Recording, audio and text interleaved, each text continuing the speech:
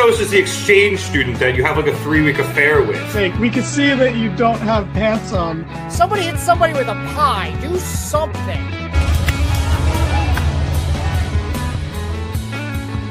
Giovanni yelling we're out of time as we go off the air. Giovanni yelling a lot of things tonight. And welcome to the Mark It Down podcast.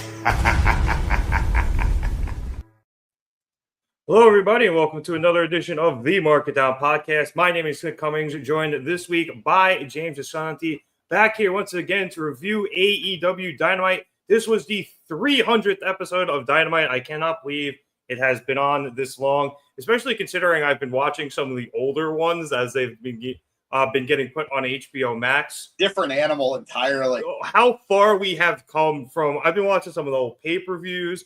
I watched some of the pandemic episodes. It's insane how different it is, but it's still great, and we're still here. It's because we still love it.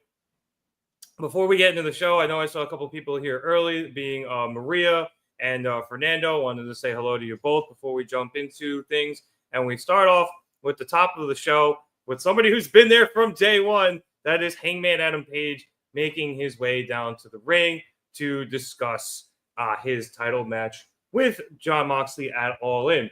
So he comes out and he starts off by reminding everyone of his promise to win the AEW Men's World Championship and free it from its briefcase, saying he will walk through death to keep that vow. So you can beat him, bloody him, or even wrap a chain around his neck, a la last week, but Moxley is going to have to kill him if he wants to walk out as champion.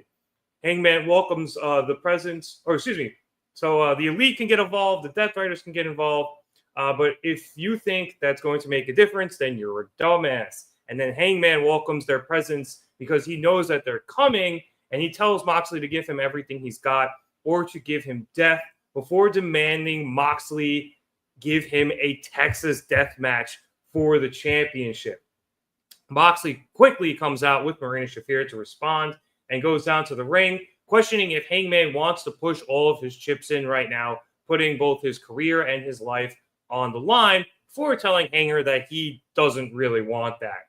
Moxley then tells Page that he is not going to win it All In because he doesn't want to win at all because he is comfortable where he is and doesn't want the pressure of the AEW World Championship.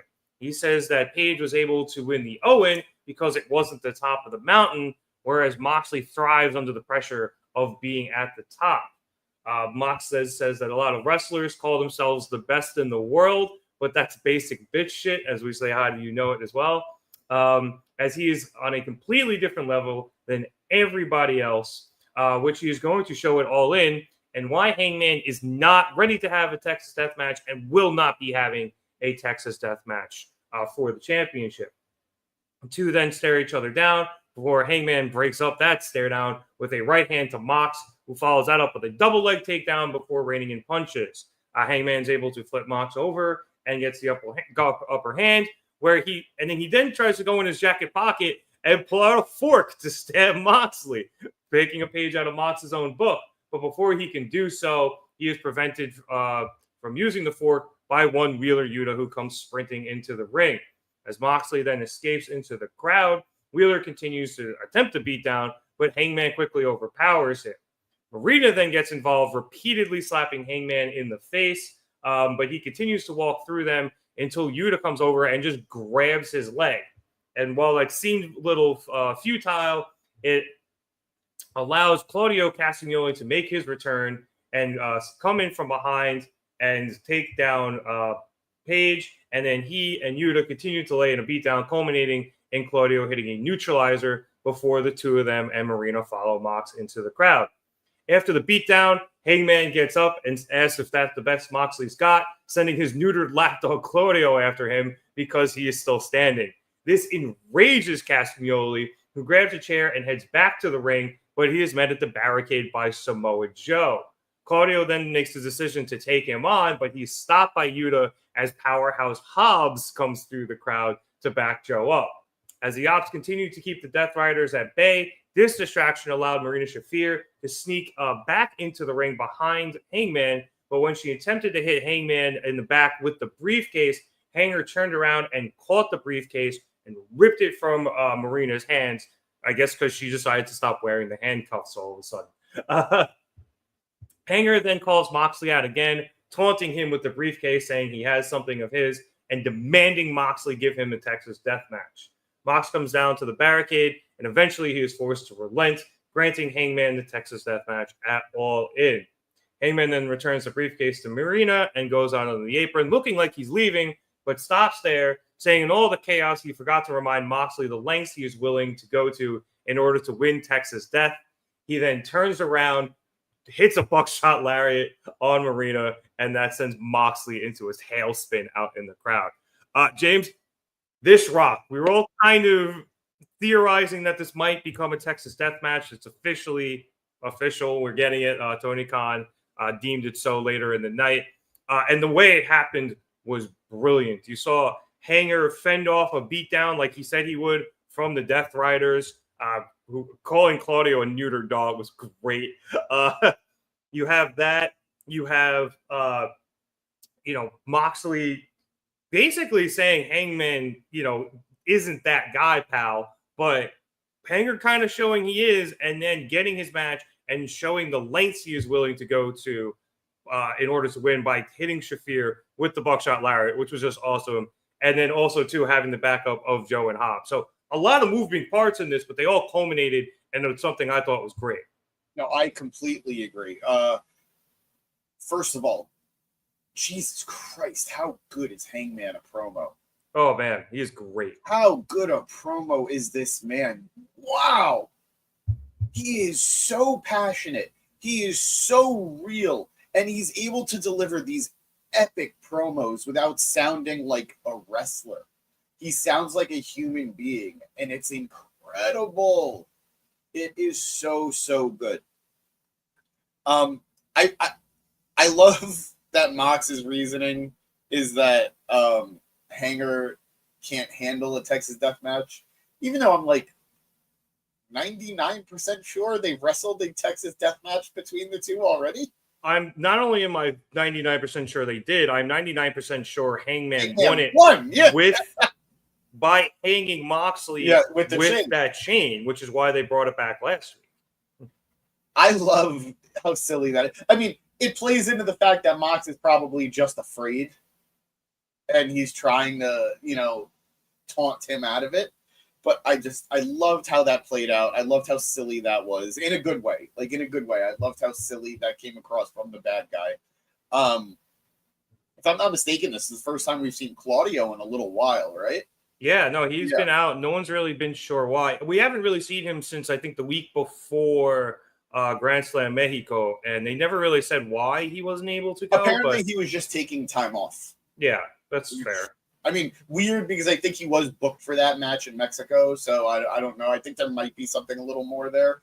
But regardless, he's been an Iron Man for the company since he debuted, so I'm more than okay with him taking a couple of weeks off. And he was booked for that match, by the way. He was ended up being replaced by a CMLL wrestler. Yeah. I don't remember whom, but. So, in general, I loved all that stuff. And just to cover the fact that we are getting the Texas Death now, brilliant. We're all hoping for it. We're not just expecting it. We're hoping for it. And Hangman acknowledged it. We know the Death Riders are going to get involved. We know the Elite are going to get involved. We know all this. Dude, let's be real. Probably the Don Callis family at some point might get involved too in some capacity. Maybe. So I love that we're just getting ahead of it. Let it be a Texas death match. We want the fuckery. We want the interference. We want this to be as overbooked as possible. I thought the match was going to be good before, and I'm sure it would have been good before. Now I know it's going to be fun. There's no way it can't be fun. Even if I am terrified of putting this out into the universe. But I don't think it's 100% lock that Hangman's winning this. No. A lot of people are worried about a certain line that Mox cut in this promo about the mountains. Ah, yes. A lot of people are worried. Quite frankly, I think they'd be dumb to pivot. Stick with Hangman. But regardless, Hangman wins, Mox wins. It's going to be a good, fun matchup. It just is. If Moxley makes a Sharks reference, then I'll be really worried because Darby's on Shark Week and it's coming up. Fair enough. But no, I agree with you. Look, is it kind of mirroring the main event of WrestleMania 40? Sort of. You know, like this allows for all the fuckery, but we wanted all of that anyway. So yeah, I don't particularly care. And it also just avoids getting all the fuckery without extra fuckery, aka ref bump. You know, because I feel like ref bumps nowadays, everyone just kind of groans. Yeah, it's like, oh, okay, here we go. Here, who's coming out? Who's coming out? Yeah. Whereas with this, everyone will probably come out at some point in one form or another, but it doesn't matter. Which is funny because I feel like most Texas Death matches have pretty much remained one-on-one.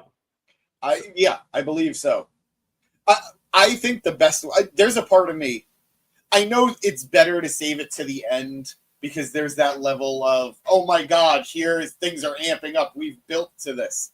There's a part of me that would genuinely love to see all of the interference happen in the first part of the match.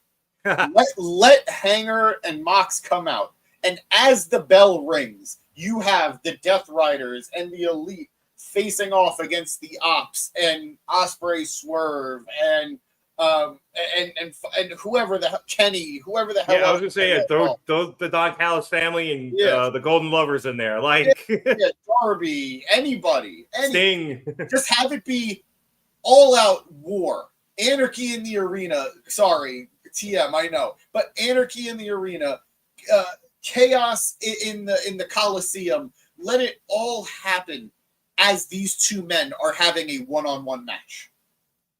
Don't let anybody touch Hangman. Don't let anybody touch Mox. There is just war going on as these two men are having their death match. I think that'd be a great way to start it. I still even kind of want like other parts of the locker room to enter too. Bring back, I think I mentioned this last week, those guys that Moxley went after early in this title reign. Let the Dark Order be involved. Let Top Flight be involved. Even let Chucky T be involved if it comes to it. People like that, where Moxley was beating on them first, and I know it's kind of evolved now to it's basically the Ops and Will and Swerve are the guys who have Hangman's back, although Swerve not as much yet, but we'll get there.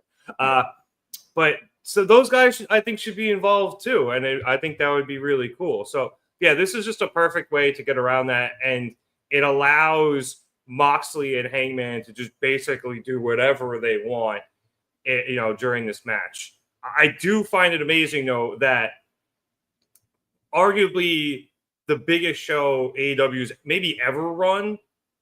I don't know. I know Wembley's obviously very much up there, but this seems like the culmination of so much. It feels bigger than Wembley, even the first one.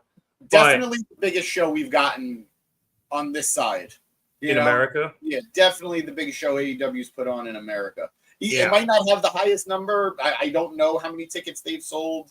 I think around 19 and change. Grand Slam #1 might have outsold it so far. There's still a week left. There's going to be some walk-ups. Numbers-wise, I don't think it matters that Wembley is bigger. I think you're right. This is the culmination of so much storytelling. It's the culmination of Hangman. It's the culmination of probably Hangman Swerve. It's the culmination of the Death Rider storyline. We're going to see so many good guys come together. We're going to see so many bad guys come together. This is huge. This is going to be huge. And I just want to say, I know you said that like it feels a little bit of a copy of WrestleMania 40.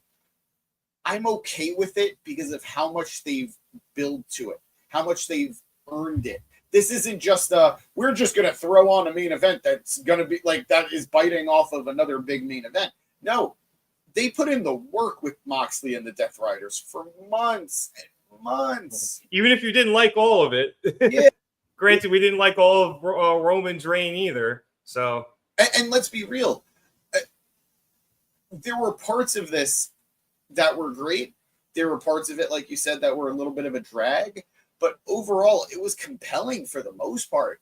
It was pretty much always compelling. I think the reason it dragged for us was because we were dead. Like set that it was probably going to be Darby, so everything just felt like filler. Once that changed, things really became a lot livelier and a lot more exciting. So, great way to start this show. Great way to continue to build to the pay-per-view. Hangman looks like the guy.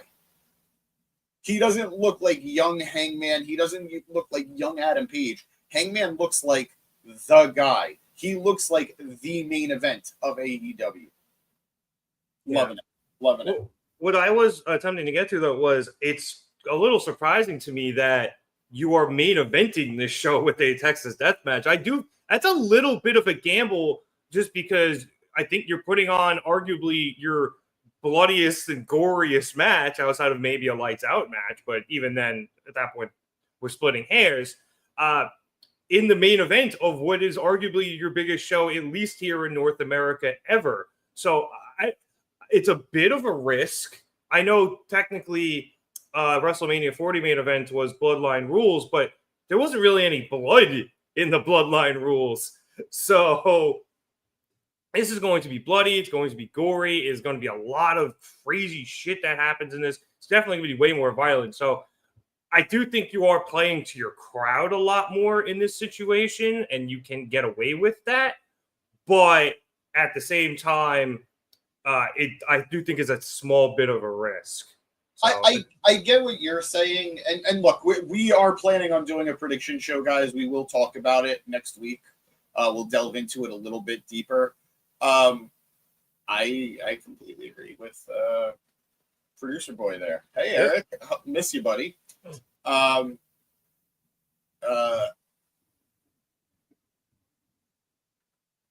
think they know who their audience is.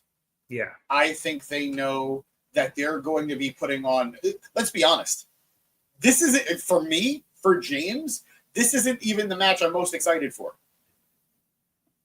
I am way more excited for Kenny Okada. Oh, yeah, well, because it's you. But my point being with all of that, love it. Love it. We're here. I'm with you 100%. That's too bloody. But I'm with you. I feel you. I see you. But we're going to be getting an absolute banger with Mercedes and Tony. We're going to be getting a classic with Kenny and Okada. I say these words not because I'm trying to hype people up, but I'm trying to let people understand what we're going to be getting. It's a guarantee. These people do not miss. The Gauntlet matches are going to be so much fun, and they're going to highlight so much talent. Yep. That by the time we get to the main event, if you're a regular AEW fan, you know what to expect, and you're looking forward to it. And if you're a new person and you're buying your first ever AEW pay-per-view, you just watch what I'm presuming will be 8 hours of wrestling before the main event. God, I hope it's not 8 hours. I got a party to go to that night. My point is, I think AEW, I think Tony is booking this show that we're going to be getting a little bit of everything. And if the main event is for the sickos, they've worked for it and they've earned it. Fair point. Real quick, since we mentioned it, I did go back and check the ticket sales. So this is according to WrestleTix on Twitter. So as of yesterday, there were still about 3,600 available tickets. There's 23,000 set up, and they've distributed about 19,500. So awesome. Yeah, now that stadium fits a lot more people, but they've obviously had to block off a lot for the stage and shit. And apparently they keep changing the setup. There's been rumors of that, which has been a little tricky, why the numbers keep going up and down. But they've sold pretty much everything that they had available. This will not be a tarped off show. No, or at least not in the sections they're selling. Exactly. All right, there were a whole lot of comments when we were talking. I think we said I think we said hi to but I'm going to say hi again. It's saying he's thinking Hangman and Swerve will get together, and then Will's going to betray Swerve, and that's why he made the stipulation tonight. interesting. I don't know if turning one of your biggest baby faces heel is your best call, especially if you have this. By WrestleMania 17. That's true. You have this triumvirate of faces, so I don't know about that yet. Fernando thought the Death Rider story was trash. There were definitely parts of it that were. Absolutely. And Maria agreeing this was Moxley's worst title reign. I think up until the point where after the first Copeland match, I think it started getting better. Now, maybe the endings of those matches weren't great just because they just kept ending with bulldog jokes and it was annoying.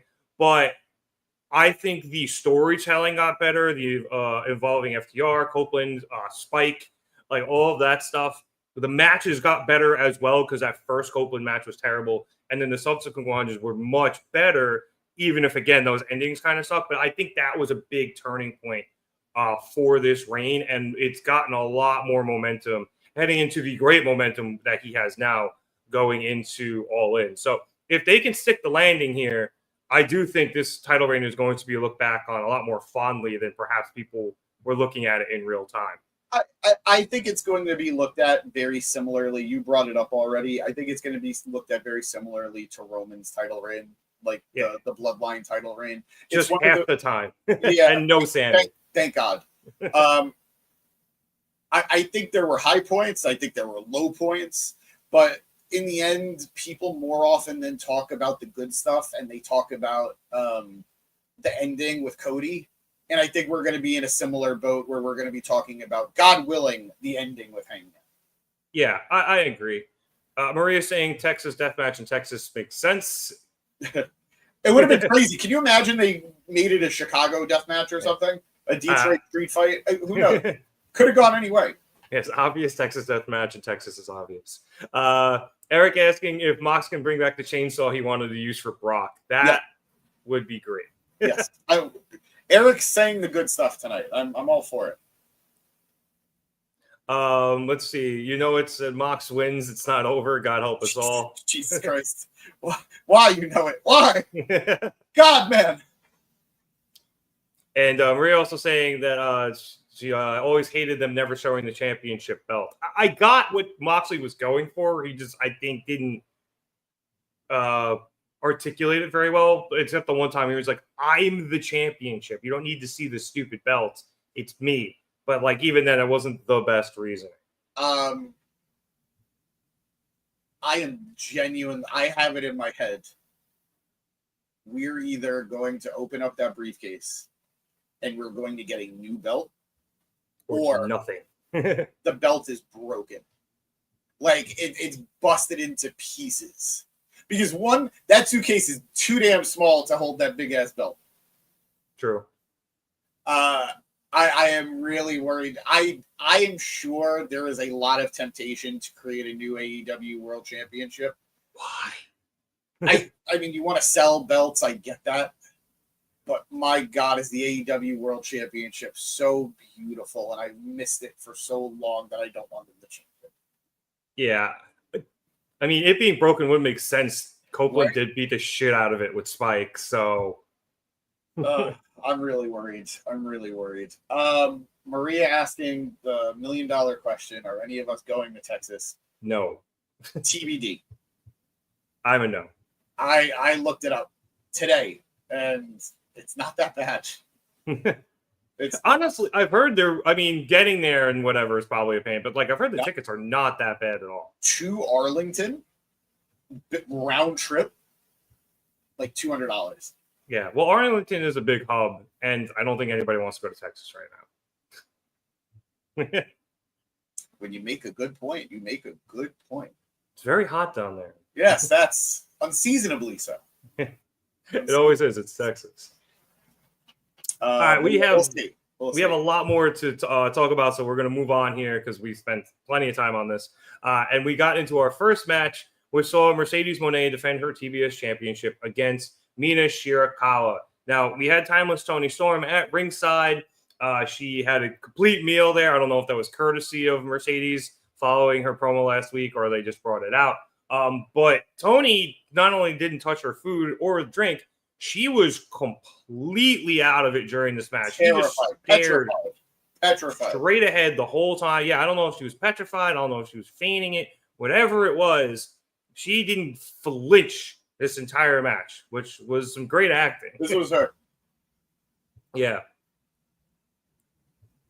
Also, a quick side note, she did have a promo right before this with the woman playing Lois Lane in Superman, so I thought that was Rachel cool. Brosnahan, the marvelous Mrs. Maisel. Right. I didn't realize that was her. Anyway, jumping ahead to the end of this match, after a massive round kick and a spinning back fist, which I genuinely thought knocked Mercedes out because the kick out was very, very weak. Mina then hit a glamorous driver, and as I mentioned, Moné barely kicked out of it to the point where people were complaining to the referee. Mina then hit a running knee, and again, Moné had a kick out. But then Mercedes was able to counter the next move with a tombstone lung blower. Wonder where she learned that, and forced Mina to kick out herself. Both women then got to their feet, but when Mina went to pick the ankle, Mercedes countered that into a roll-up and was able to keep Mina down for the 3 and then the win. After the match, Mercedes decked Mina as she was arguing with the officials, saying her shoulder was up, and that caused Toni to snap out of her trance and jump into the ring to make the save. Mercedes briefly retreated, but then when Toni went to check on Mina, Mercedes went back into the ring and hit Toni in the back of the head with the TBS championship. Boo. Mercedes then went over to Toni's table, tried the cake, and sipped some of the champagne before throwing the rest of it into Luther's face. So, James, this match rocked. Obviously, yes, it's the law of Mercedes and Joshi's. You put her up against a Joshi wrestler, it's going to be a great fucking match. She elevates herself. It was really physical, too, I thought. This is a very physical match. Mina spent a lot of time working over Mercedes' knee to get her in that figure 4, which she was in quite a few times. But I was wondering how they were going to do this because I do think they want to protect Mina a bit, and I thought they protected her pretty well there with the roll-up win. So great stuff out of both of these women, and a great match to help kick off the show here.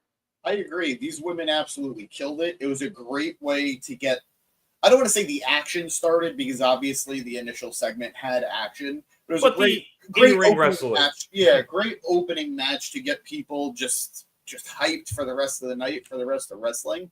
I saw a lot of people, like an unreasonable amount of people, very worried that Mercedes was going to lose this match. And I mean before the match even started. Like, yeah. I'm never going to begrudge someone. Maria was nervous. And she's happy. They did it. As she says, they did it. I will never begrudge someone for being worried midway through a match. It's like, oh, shit, is this actually going to happen? That's what we're all here for. That's why we're getting worked. That's why we're marks. But,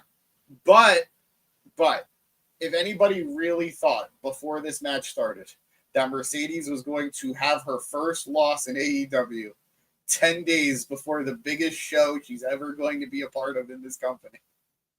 Come on, guys.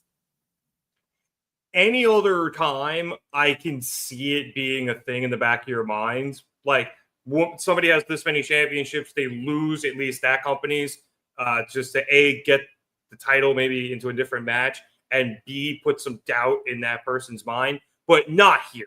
Like you said, you're not having an undefeated wrestler lose their first match 10 days before your biggest show. Again, arguably ever. So there was no reason for anybody to think she was losing. Yeah, like, you can get nervous during the match. It happens. Yeah, I do it all the time. Matches that I know the outcome before they happen. I'll be watching and I'm like, oh shit. Oh shit. Oh shit. But it not before. Come on, guys. Honestly, I kind of had that when Mercedes got hit with the round kick, the back fist, and the glamorous bomb, just because I genuinely thought Mina rocked her with the kick. And she did it happen in AEW before. Yeah, and she barely kicked out of that if she actually did. The ref learned to let it slide, but like I said, the crowd was getting on his case about it. So I thought she was a little rocked there for a second, but thankfully Mercedes is just that good at selling. Yep. So yeah, there's always the infinitesimal chance that Toni does something incredibly stupid, but not in this case. He's been on point lately. So yeah. I wasn't expecting her to lose. I was expecting a banger of a match, and that's exactly what I got it. So I am very happy with this match. And you know it, putting out a good point. The CEO losing right before a pay-per-view. This is not WWE. That's good. Yes. But great matchup. I'm a little iffy on how I feel. I don't know. Like, I'm gonna wake up and I'll know how I feel about it. I don't know how I feel about Tony being like scared of. So I was gonna ask you about that. Do you think she was scared? That is what I think she's painting. That she realizes Mercedes is on fire right now, and this is the biggest threat she's ever faced. Like, not a knock on Mariah May, who took the title off of her, but the reality was Mariah won because of mind games, and she was able to prey on her emotions. This is an instance of Mercedes might just actually be the best women's wrestler in the world right now, and Tony is afraid of that. Okay, but I haven't seen anything from Tony to make me think she's afraid. Now, I did see last week, Mina told Tony not to get involved under any circumstances during the match. So maybe that was Tony just zoning out so she didn't get involved. That happened on Collision. But like, even then, it was such a weird way to look at. Yeah, like she was completely zoned out. So I don't know if there was something we're missing in terms of a build to this where Tony, I don't know, maybe she hypnotized herself. I don't fucking know. But it was so, I do not think Tony Storm is afraid of Mercedes Moné. I'm not buying that.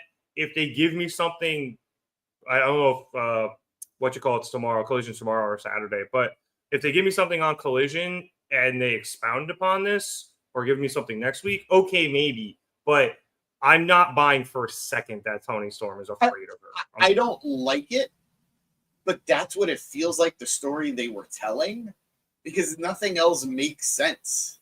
Like, you came up with some very good ideas for what it could have been, and I don't want to knock any of them, but even if those were the case, that too would come out of nowhere. Tony's been at ringside before for big matches. She's never done that before. I don't know. It felt off to me, regardless of what it was. We'll see. I will say, there was something that happened in that post-match that bothered me, and it's bothered me before, and I've called it out before. I think this is like the third, fourth, maybe fifth time where I've seen, specifically in the women's division, the babyface will come, make the save, and drive away the heel, check on the downed person, only to get taken out by the heel. I think it's happened specifically with Mercedes at least twice. In this feud. This is being the second time. We're bordering on AJ Styles. Why aren't you wearing a cup against Nakamura levels of what the fuck is happening? Like, maybe if you're driving someone out of the ring, make sure they're gone before you completely turn your back on them. It's happened too many times, and I usually don't nitpick like this. I try not to, but it's been bugging me because they just keep doing it. So, not a fan. But otherwise, great matchup between two great women. Mina is killing it in AEW. I would love for her to actually take the TBS title up at some point. Yeah. But I understand tonight was not the night to do it. And very, very, very, very much looking forward to the other main event of All In, which is Tony Storm versus Mercedes Moné. Yeah, I am as well. And Eric's saying he's fine, or he feels like he's fine with whoever wins. And I agree with that. I think I've said this for a few weeks now. I'm good either way at All In. You know, I think you have good stories either way coming out of that. And, you know, either Tony's still champ, and that's awesome, or Mercedes has every belt under the sun, and that's also a good story. Is suggesting, and I don't worry, dude, I got you through the spelling. Maybe after she loses the title, Tony's character is going to lose it, and perhaps this blank stare was part of the setup. Maybe, but again, they just haven't given us anything to suggest anything, which is why we're so confused here. This came very late in the game, which is still fine, but with no explanation, which is less fine. No follow-up either tonight. Like, if she did a backstage with Renee, that would have been great. Yeah. And maybe we'll see something on like Twitter or whatever, but I'm busy. I'm not hunting it down right now. Maria's saying that Mercedes is definitely the best woman in wrestling right now, and that Tony has never faced someone as accomplished as Mercedes. Ooh, and is that true? I would, in AEW, I would think not. Maybe all time. Well, I think she's faced Mercedes before in WWE. So, but this is obviously a different, a different version of Mercedes Moné. Has she had an accomplished opponent to that level in AEW? I mean, Deanna's accomplished, but she's obviously not at the level of accomplishment as Mercedes. Yeah, Thunder's had quite a few titles, but again, not at the level. Yeah, and I'm mostly just going off of Timeless Tony Storm here as well. Yeah. Because like Saraya, maybe. Yeah, maybe. She had a bunch of titles, but again, that's mostly one company. At least on the main stage there. So yeah, I think Maria, has a pretty good point there. And if that is part of this quote unquote fear factor, then so be it. No pun intended there. But again, if you had told that story, I'd be okay with this. There was just no build or lead into any of that. So, yeah. Maria also saying Mercedes has to win. She'll be depressed if she loses. I know the feeling. And I also want to say hello to Proto Alpha Fletch. And he's a big, it looks like Proto Star fans. Cool, good for him. I mean, I'm all for let that man win the TNT title. Let Fletcher win the title. And we are going to welcome in somebody we haven't seen here on the pod in a long time. Ladies and gentlemen, Danny Hernandez making his grand return to the show. Look at that light. My man looking good right now. Looking like a 5-course meal. Looking real Jack, baby. Oh, my God. Hello. First of all, this lighting. You can hear me okay, right? Yeah, you sound great. Okay. Cool, because I have a fan on, so I'm trying not to die here. It's so fucking hot. But my lights, I have like a light in the background. This is not like I still didn't get a new webcam, but I wanted to come in. I have energy. I drank a late night coffee. I'm like, let me come into the pod real quick. Danny, Eric in the comments saying, Danny looking real jacked, baby. I am jacked right here. And right here, that is it. I'm not in good shape. This is camera magic at work right now. I am okay. The TV camera, this just looks good on TV. It's not as good in real life. But what's up, guys? I tried to get in here quicker, but this setup took so long because again, I had to we're just happy you're rig here. This camera. Damn, you guys were going off. I was listening. You guys were going off. I wanted to get in quicker because I was enjoying what you guys were talking about, but what are we up to now? We're still on Mercedes or what? Yeah, we're on Mercedes, Tony. The last thing we asked was, and we kind of agreed that this is true based off of Maria's comment. Is Mercedes the most accomplished challenger that Tony has faced in AEW? And I think absolutely. Absolutely. Like, she's faced high caliber talent. We're not questioning the level of talent, but in terms of accomplishments, I think there is a distant second, third from Mercedes. It's probably like Deanna, Thunder, and Mina. And all of those women won titles elsewhere, but on a lower level, like the Knockouts title, the Ring of Honor Women's title, the Stardom title. This is a WrestleMania main eventer, kind of, in Mercedes Moné. Yeah, I agree. And that is the prestige that it should be treated with. And although it's weird seeing Tony be like kind of like somber and to herself, because that's just not what we're used to, and that's not why we enjoy Tony. It does make sense because Mercedes has kind of been in control for this rivalry in the early going so far. And I think it shows that Tony understands the gravity of the situation and it's not lost on her.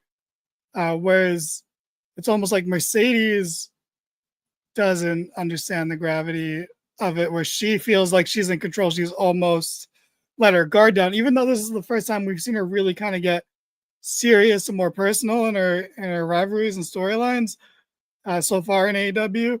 This one feels like it feels good. But I agree with the critique you had right before I came in of the really weak, somewhat consistent booking of babyface makes the save, turns their back, and then gets laid out. Right? It is a women's division thing, especially. I think it's happened multiple times with like Statlanders and Willows, like with helping each other. Like it's a prevalent issue in the division. I mean, not prevalent because there's a way that's on the back burner actually, but it is a little odd. Especially from the company that brought you, these ropes aren't going to keep me from coming out of this ring and beating you up. Or the really smart early going days of, you locked this glass door, I'm going to punch through the glass and unlock it, from granted Cody Rhodes, and I saw Producer Boy's comment earlier, and I agree. I kind of agree about Hangman. Even though we went to WrestleMania 40 specifically to see Cody win, we're considering going to All In specifically to see Hangman. Well, for me, specific for you, it's for other reasons. Jim, Well, no, but let me ask: did we actually go to WrestleMania to see Cody win, or did we go to see Roman lose? No, I went to see Cody win. All right, I respect it. Yeah, I try not to think about Roman Reigns, honestly, but it is what it is. And if I can just jump in real quick on the beginning. Yeah, go back. Hangman's promo. It's fantastic. Not what do we even expect at this point? Yeah, he's just real. Like, I always go back to that line against MJF a few months ago because I thought that it was beautiful and it didn't get the pop from the crowd it deserved. But him saying "I am real," like that is the most simple and effective way of putting it with Hangman, and it's great. And a guy who's burned someone's house down saying "I am real," and we're like, yeah, you are, but you are real. But you are real. I actually like Mox promo too. I know. Yeah.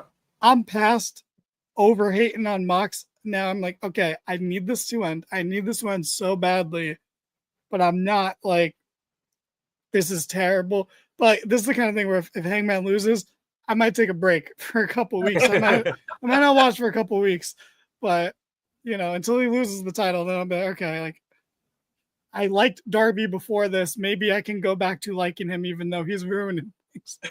But it was a good segment. I liked Hangman showing how far he's willing to go. I like that Hidden Marina got a pop instead of like audible, like, oh no, how could you do that sort of thing? Because that's how she's been positioned in the story. And I think, Swerve already laid her out. Willow's been laid out. This should not be treated as, this shouldn't be a pearl clutching moment because we're way past that. Yeah. And to the point where I want Willow to be the one who neutralizes Yuta specifically, not even Marina, Yuta. I'm gonna one up you a little bit. I'd rather see Willow get in a big spear on Mox because Mox has dropped her at least 3 times. Yeah, and threatened to more. So yeah, I would love to see her get one in on Mox. But yeah, I'd be fine if it's Yuta that gets pounced. Yeah, well, or my other theory that I'm really pushing on is Willow's in trouble and Statlander comes out, is morally conflicted, but ultimately does the right thing and saves Willow and doesn't join the Death Riders as they're fizzling out. I'm so bummed if she and Marina just like, we're the tag team. Fuck that. Yeah, no. Willow Stat first ever champs. That's the only consolation for them clearly not winning a singles title anytime soon. But I'm super invested. I thought it was a good opening. A lot of, I guess we'll get into more later, but a lot of people getting beat up and then cutting promos, after on this episode. Maybe do that on different weeks, but Yeah, I liked it with Hanger. I really liked it because it's just like your usual shit is not going to work on me. And I thought that was a really cool, like, hero moment. But I agree with you. It was used a little too much today. Yeah. But still, overall, good shit. And I enjoyed the match with Mercedes and Mina. I think Mina's in a really cool spot where she's, like, come in and she's automatically, like, upper mid-card. And, like, she didn't beat Mercedes. She was pretty protected with the roll-up. And she's floating around that picture. Like, she is more of a presence, and I hate to compare it because James is a fan and I'm a fan. but she's not going to be like a Deonna Purrazzo. And then after the program's done, she's going to fade into obscurity, even though I don't think Deonna fully actually did that, but still, to use the common current example. Yeah, good point. Yeah, that's I think that's everything without going too much retreading the same waters you guys already did. All right, so we do got to get rolling, but thank you, Danny, for joining us. So we'll continue on here. Before I do, though, I like your New York and Nowhere hat. Thank Real you. nice. And Thank shout out Francisco Lindor becoming an all-star starter for the first time ever. Wait, I have a very real question, and I'm sorry. Yeah. Yes. The Yankees sell that too. Yeah, they do both. I think. Yeah. So do the Knicks. Yeah, there's a bunch of them. Okay. Yeah. All right. I was like, wait a minute. Are we friends right now? No, it's just a cool brand that knows it has to align itself even with some less cool brands. Make some sales. Like the Knicks. Let's just move on. Yeah. Somehow I think you pissed off more people. If there's one thing New Yorkers can agree on, it's the Knicks. No one cares about Brooklyn. We have nobody. All right. Anyway. No, you're right, James. We have nobody else. It's all right. I got my Mets cup. I know I'm wearing a Dodger hat, but that was because they were in California. And speaking of, well, those are our cousins, so that's fine. We after this match went to the Young Bucks as Matthew had a surprise for Nicholas, and he used the company card to buy them their own branded limo with Founding Fathers plastered all over it, and he stocked it up with some Nikes and Jordans. The two of them then went on a tour of their old hometown of Rancho Cucamonga, California, hitting their old stomping grounds, going to their school, and then their old quote-unquote poor neighborhood to flaunt their wealth. And when they went to the school, there was like a bear, I guess it's their mascot or something, and Taz just hated it and flipped the fuck out for like 30 minutes about it. I don't know what was up with Taz and that bear, but it was really funny. Anyway, after this, we went to our next match, which was a four-way match to determine the person who will get the number 2 spot in the All-In Men's Casino Gauntlet match. Obviously, pretty much just as important as number 1 slot. And it was MJF, AR Fox, Anthony Bowens, and Brody King. And at the start of this match, MJF attempted to pay off Brody, apparently, I guess, to take a dive. That was the insinuation on commentary, as apparently he had been propositioning this all week on Twitter and whatever to Brody, but Brody took the money and just spiked it. So MJF ran and hid behind the Hurt Syndicate at the commentary table, and he even got on commentary for a while during the match until he eventually jumped in with a steel chair and looked like he had an upper hand, but then we went to commercial. If you were going to try and bribe one of your opponents, and you're MJF in this situation, I feel like it's fucked up, but we all agree AR Fox is the one that makes the most sense, right? Yeah. I guess Brody makes sense because he's the big guy, so you want him on your side. And I get that, but he wasn't trying to form a partnership. It was to take a dive. I feel of everyone there, I feel like I could buy AR Fox's dignity easier. The guy who aligned with Swerve for 2 weeks. I feel like morally I could get him broken down before I could get the pride of pro wrestling and big dog Brody King. Yeah. I think, yeah, maybe you're right, but I think that's the least interesting choice for MJF to make, because I think the other ones are better. Before Rev explains the rest of the match, can I say that AR Fox has been in the position that we see all too often with AEW, where you're the guy that's you're not gonna win any of these matches, but you're featured heavily for 4 weeks straight, and if you get over enough, you'll start to win matches. Exactly. He's in that. I'm very interested to see if that correlates into him getting over enough to become that guy to start to pick up wins. But I also hope that we start seeing Brody King pick up some wins. I watched this match and I thought about, man, imagine a TNT title division where Luchasaurus before his health problems, or Keith Lee before his health problems, Brody King, just these monsters just murdering each other. We kind of had something like that when you had Powerhouse Hobbs, Samoa Joe, and Wardlow all going at each other for the TNT Championship, but they just didn't book that very well, unfortunately. When Tony eventually circles back and we get our Meat Madness match, Meat. Brody will be there. Oh yeah. I do think there's a world where Brody could be, not saying he will be, but could be the guy to take the TNT title off of Fletcher. I'd like that.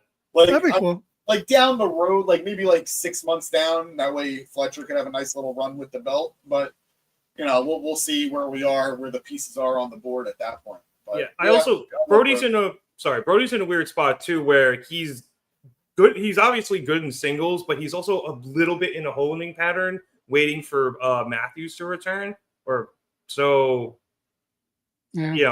Hopefully his ankle gets better, because I still want to see them take the tag titles off of the Hurt Syndicate the line when that happens. But it ain't happening, pal. Yeah, we'll see. Anyway, why isn't it happening? Because you think Jet Speed are going to do it? No, I don't necessarily think Jet Speed are going to do it, but I think Cope and Christian are probably going to be there before them too. Not if Christian has anything to say about it. He's trying. He's smartest fucking man in wrestling. I could also genuinely, I could see it's really fascinating, the Kenny Okada thing, but like I could see the Golden Lovers doing it too. I could also see Swerve and Ospreay. I want to get a tag team. I want to get into that when we get there. Yeah, okay. Man, my brain is racing with that, but we'll get to it. All right. So jumping back into the match here to finish, after Brody hit a Gonzo bomb onto Bowens, he went for the pin, but that was broken up by a diving AR Fox. I feel like he was supposed to do something more flippy, but he didn't climb the ropes fast enough. Either way, Fox was immediately grabbed by MJF, who locked in the salt of the earth with an added leg capture, which MVP claimed he taught him, and quickly got Fox a tap to earn himself the number 2 spot in the men's casino gauntlet match. But Danny, this match was fun. High paced, a lot of good spots. I liked MJF's involvement. A lot of cool false finishes, I thought, as well. And one of my favorite spots was MJF getting the chair and trying to hit Brody with it, and instead Brody just punched it into his face. And then MJF fell into the corner on top of Fox and Bowens, and then Brody cannonballed all 3 guys. So a lot of fun spots in this match. Just a good match. And honestly, I thought they did a good job of highlighting a lot of people who I feel like are real maybe not Fox as much, but who have been real integral parts of AEW here for the last few years on the 300th episode of Dynamite. This was such a fun match. So many cool little pieces of it. It had a little bit of everything. You had some insane spots from Fox. You had all the big man stuff for Brody. You had MJF being that perfect comedic foil. And Anthony, every time Anthony Bowens wrestles on TV, we get a little bit more. We see a little bit more. Maybe it might be time to I really hate to say this, might be time to drop Billy Gunn, who I've never had a bad thing to say about before. Yeah. And I still don't even want to, but just for the evolution of Bowens, maybe that's where we're at. He did tell Billy to stay home last week for this match. Yeah, so. Which is a good sign. And I love Billy. I think he's been one of the best legend sign-ins for AEW from the jump. So like, there's no disrespect to him, but I think it's about that time. But to get back to the match, I read a stat somewhere online. I didn't double check it, but this was only MJF's like 7th singles match on TV since like the end of 2023. That's great. MJF might be one of the smartest wrestlers around. Like, he's not a part-timer, but he has this wrestling schedule on TV of one. And it works though, because then you get a little more excited when he wrestles, when he wrestles a match. It becomes a little bit more of a little more destination viewing, which he delivers almost every time, especially because it's not the same. Whereas like if, let's say AR Fox only wrestled 7 matches in 2 years, but okay, but it's all the same. Amazing. Yeah. Great high spots. Whereas with MJF, again, there's this very nice variety where this match could start comedic, but it doesn't take away from it. Yeah. And it adds to it. And I think MJF is working his ass off carrying the Hurt Syndicate story. And I don't think the others are carrying their weight in that story, but MJF is doing great. I love the MVP gear. It's MJF, MVP, Hilton, and Bobby. Way because they're standing there looking cool and not really saying anything. I think I think MVP has gone down significantly as the weeks have gone on. Yeah. To the point where I'm like, what's happened to you? You were so cool. And the second MJF got here, you became like a little weird. I don't know. I don't know how to describe it. What happens when you have two guys who are good at talking and one of those guys' only job is to talk? Yeah. Like, it's tough. It's like, it's Punk and Heyman. It's like, we all know how good Heyman is, but like, if Punk can talk, why are you there a little bit? Yeah. It's or rough. even it's not the same because he's not as good of a talker as MJF, but like it's like Seth and Heyman. Yeah. This past Monday, Seth cut the whole promo. Heyman didn't do anything. So I'm like, what's your purpose? You know? He's there for Braun and Braun is what he's really there for. Yeah. Which is fair. Even like that's a whole other thing. Braun's a dog now, it's whatever, but big dog. You know, big dog. Somebody thinks is the big dog. I don't think so. At least they don't talk about it anymore. So, but the match was great. I'm a fan of it. I'm a fan of the post. Well, I'm a fan of most of the post-match stuff. Yeah, we'll get to that. We'll get into, but very, very fun stuff. Matches like this are exactly what made Dynamite. What it is, just the fun variety type of wrestling. And yeah, I liked everyone in the match. I think everyone nailed it. I don't have anything else to add besides, until we get into the post match. Then I'll add even more. Yeah, and also too, James. I think we haven't really mentioned it, but Right Guy won here. I think absolutely. Building with MJF Briscoe, and then you have these two guys start off at All In is definitely the right move here.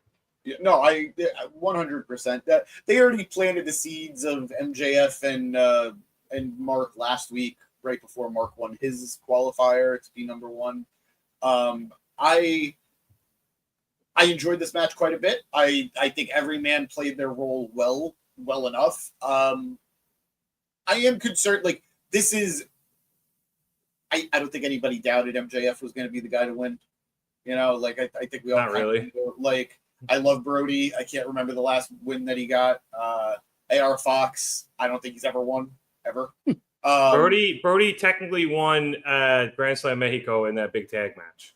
He technically got a dub there. He didn't get the pin, but he was the guy before the guy who got the pin. Come on. It's a dub. Anyway, and Bowens has. I'm really worried about Bowens.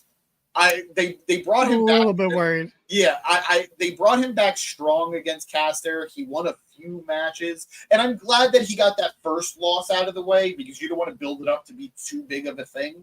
But then they gave him the second loss, they gave him the third loss, and I think this might have been the fourth. And you waited a while to bring him back. You've repackaged him. There's hype around him. There is a healthy amount of hype around him. Yeah, people. I'm not saying throw a title on him. I'm not saying put him in a spot he doesn't belong in, but highlight him. Have him look a little stronger. And I don't think he looked or give him a story to start sinking his teeth into. Yeah, exactly.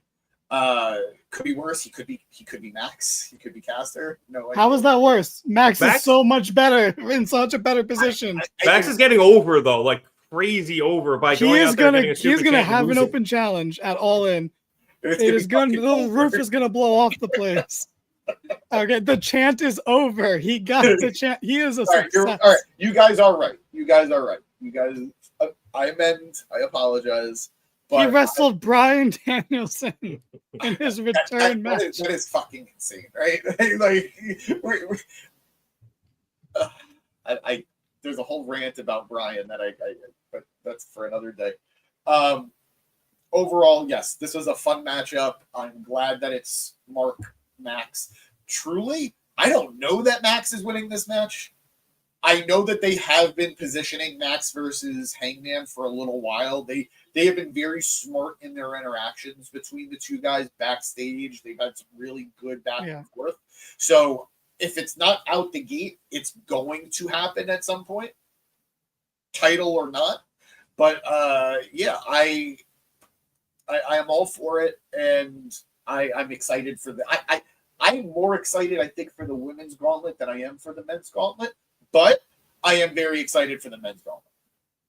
Yeah, that's the thing. I think with this Mark Briscoe MJF stuff, it's a good story beat for the Gauntlet to have to make it a little more enticing, because I agree, I'm still more interested in the women's one just because, you know, men's wrestling sucks, women's wrestling's where it's at. But, you know, I think this was a good foundation. I don't think MJF was going to win, and maybe I'll change my mind by the time we do predictions. But like at the moment, I think this program of Mark is to carry him over for the next like 2 months or so, because they're not going to have a match at All In, which I think is smart, because then you have them interact in the Gauntlet, but you don't have them win. So then they have their match at, you know, maybe not Forbidden Door, because it's not really a Forbidden Door match, but, you know, whatever's next, whatever the next big TV show is or whatever. I think it's really good. I think Max has done an amazing job of taking Mark Briscoe from that guy we all love, but we know is never going to win, to a guy we're like, well, maybe he can win something. Yeah. Like, he won a singles match because he's in a feud with MJF. That's already an improvement. You know, so like this is a home run. I think MJF deserves a lot of kudos for Absolutely the report that he specifically has been wanting to work with Briscoe for a long time, and just 2 weeks into it, it's already benefiting for Mark greatly. And perhaps this kind of leads to a match at All Out. I think that could be a possibility, considering it's, you know, so close to All In. I think that's a good shot there. Speaking of Mark, let's get into what happened after the match. As Briscoe came out wearing an MJF has a tiny kosher, in parentheses, pickle shirt, and tells MJF that he has earned himself nothing but a brief but uninterrupted ass whooping at All In. Briscoe then makes sure everybody knows he's addressing just Max and not MVP Shelton or Bobby, saying that his comment last week, calling him a blue-collar bitch last week, so it's something he took exception to. Not the blue-collar part, he wears that with pride, but what he takes exception to is Max calling him a bitch, which is why he's going to kick his ass. And next week, if Max has any balls under his tiny pickle, he'll leave the rest of the Hurt Syndicate in the back so the two of them can meet in the ring for a little talky talk, which somehow got over with the crowd because it's Mark Briscoe. Immediately after that, just to jump in because this all kind of ran together, Mark left and then Jet Speed came out and they went down the ramp and challenged Bobby and Shelton to a fight, which was obviously accepted by the two men. And Jet Speed had a brief advantage before they got in the ring, where Bobby and Shelton just completely decimated them. So then the Hurt Syndicate go to leave, and Speedball and Knight get back up and say the Hurt Syndicate finished the job. So Bobby and Shelton go back in there and just powerbomb the shit out of them for a couple of minutes and deliver a lot more pain. And then they go to leave again, and Knight and Bailey get up again. So Bobby and Shelton go in a third time and kick the shit out of them and leave them lying in the ring for a third time. And still Knight and Bailey get back up, this time with Knight grabbing a mic and saying that Bobby and Shelton might know how to hurt people, but in order to keep their titles, they're going to have to learn how to kill them.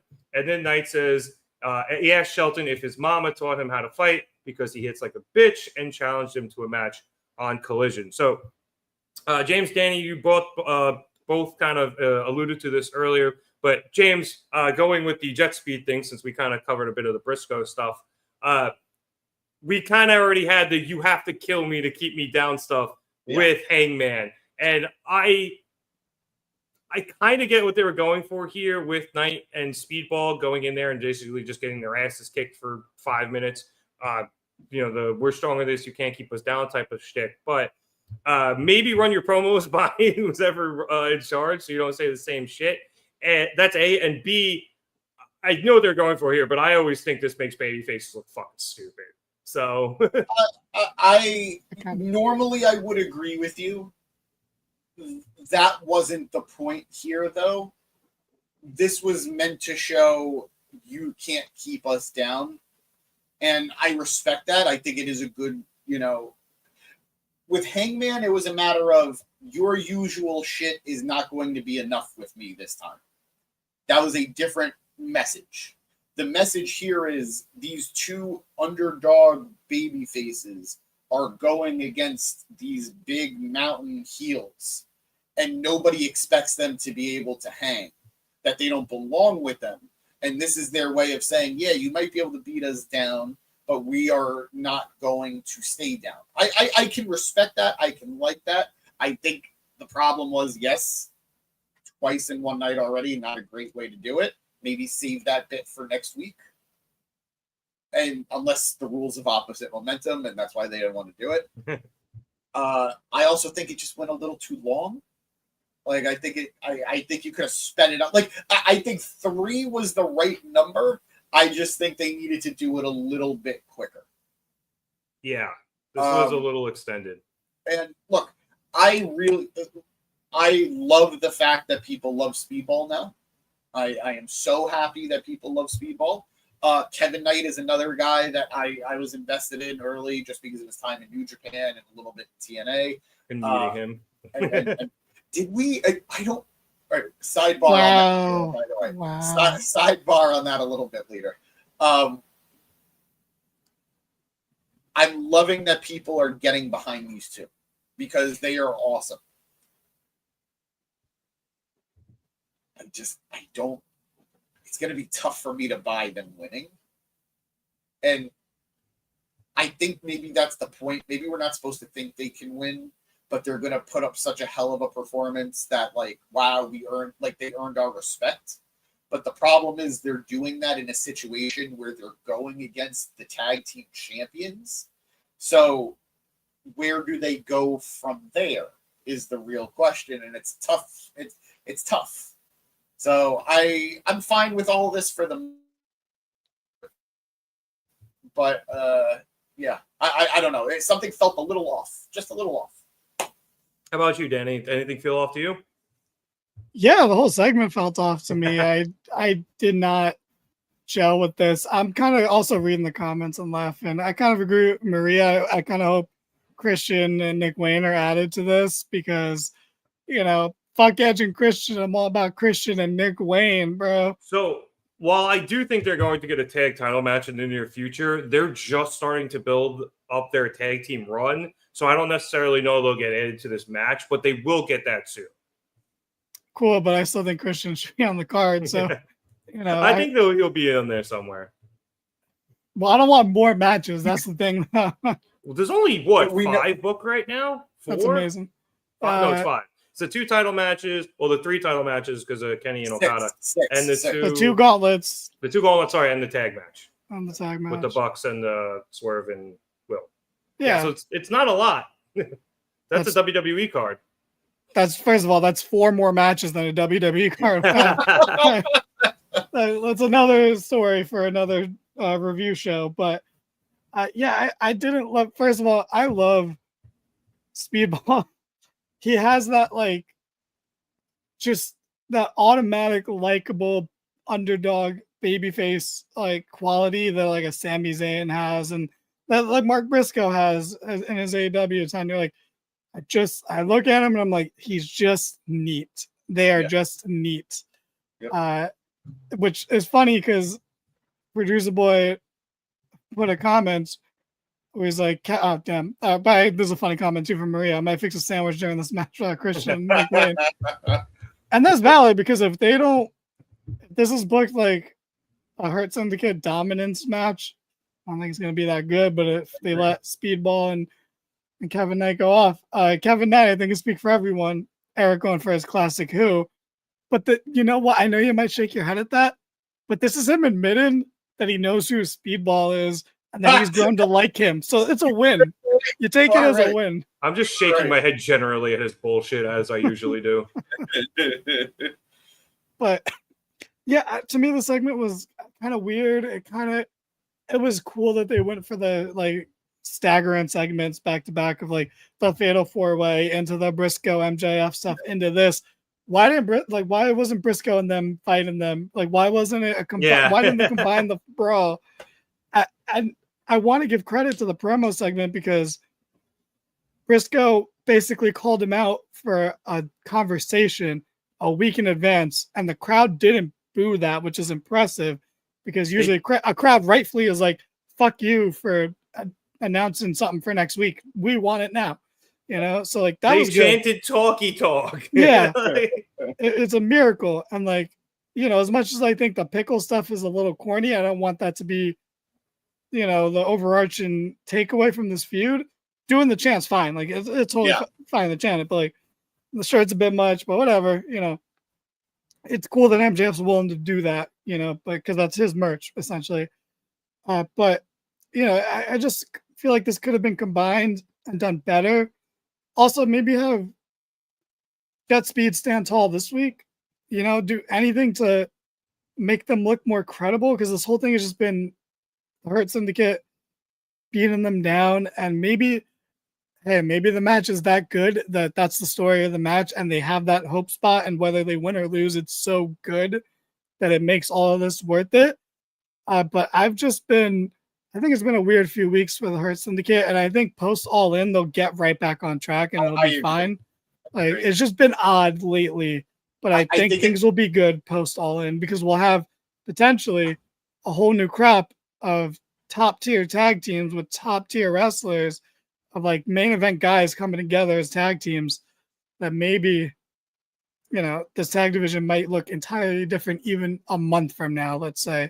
So it definitely needs that shot in the arm, because James and I have been saying for weeks how lackluster with being nice that this tag division is. We went through the entire tag division a week or two ago, and it was frightening how Jet Speed is probably legitimately the most qualified team to go against the Hurt Syndicate right now, and that's bad. Yeah, but I don't want that to be bad. I want to be like, yes, Jet Speed is great. Yeah, no, I agree. It's more the fact it's just them. Yeah, it's not an indictment on Jet Speed. It's an indictment on the division that Jet Speed, which is a relatively new team, are the only real option to go against Hurt Syndicate. It doesn't feel like they earned it. It feels like there was nobody left. Yeah, no, and that's literally what it is. I mean, MVP has been calling that out week after week. So, yeah, they kind of got put in this position because the division is so weak. But, Danny, to your point, I do think that match is going to be very good, just because I think all four of those guys are too talented not to have a good match. I just might be one of those things where, in comparison to everything else, it may or may not stand out, and might end up being a position where someone, to borrow a phrase, may go make a sandwich. So it'll be the least exciting match, like going into it. Yeah, but that doesn't mean it won't deliver and be a great match by the end of it. Look at all four men in that match. They're all incredible in their own way. So yes. So one of them's a Mortal Kombat character. It's so cool. Yeah, and it brings up a pretty good point here, where Speedball and I guess Jet Speed as a whole do kind of the small issue with Brody, where can they get the consecutive wins? And Jet Speed has had quite a few wins recently in order to help build them to this point. But yeah, as a singles competitor, Speedball, he was in that spot where maybe he wasn't necessarily taking the pin, but he was, win here, lose there, win here, lose there. They were hot for a good while. Then they hit that multi-man match. No, just Speedball. Speedball, yeah. Oh, sorry, yeah. Yeah. They were hot for a while. They won every match. Then they hit that multi-man title match with Kenny and Ricochet. Was there which was awesome. No, it was awesome. Yeah. Yeah. We were there. Awesome. It was amazing. But that was the beginning of, all right, they didn't win the match, so now they could start losing matches. And they really dove headfirst into that one. But they haven't, I would say it hasn't been that bad. Like, they lost to Okada. Like, that's not, and got maybe Okada's best AEW match out of him.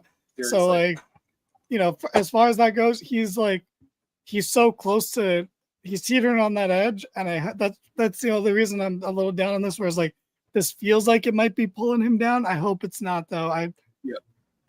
We'll stay positive and say that everything's going to be fine after All In. Because I think it will be. I think so too. I think so too. They're another one that, like I was saying, Brody King makes sense as a guy who could take the title off of Fletcher down the road. But so does Speedball. Easily could be Speedball. So, and who knows? Maybe Kevin Knight. We'll see how he is in 6 months too. I think that's more or less the point of this team. It wasn't more for Speedball. I think it was more for Knight. Yeah. Because Speedball was so already liked that they were trying to rub that off onto Knight. Yeah, and Knight was, I think, getting over as well, even on his lonesome. But putting them together really helped catapult or speed him into the position he's in. And I just want to say one last thing. Speedball is an honorary conglomeration member. Yes. Maybe the second best faction in the history of the company. So it's, Maybe all of wrestling.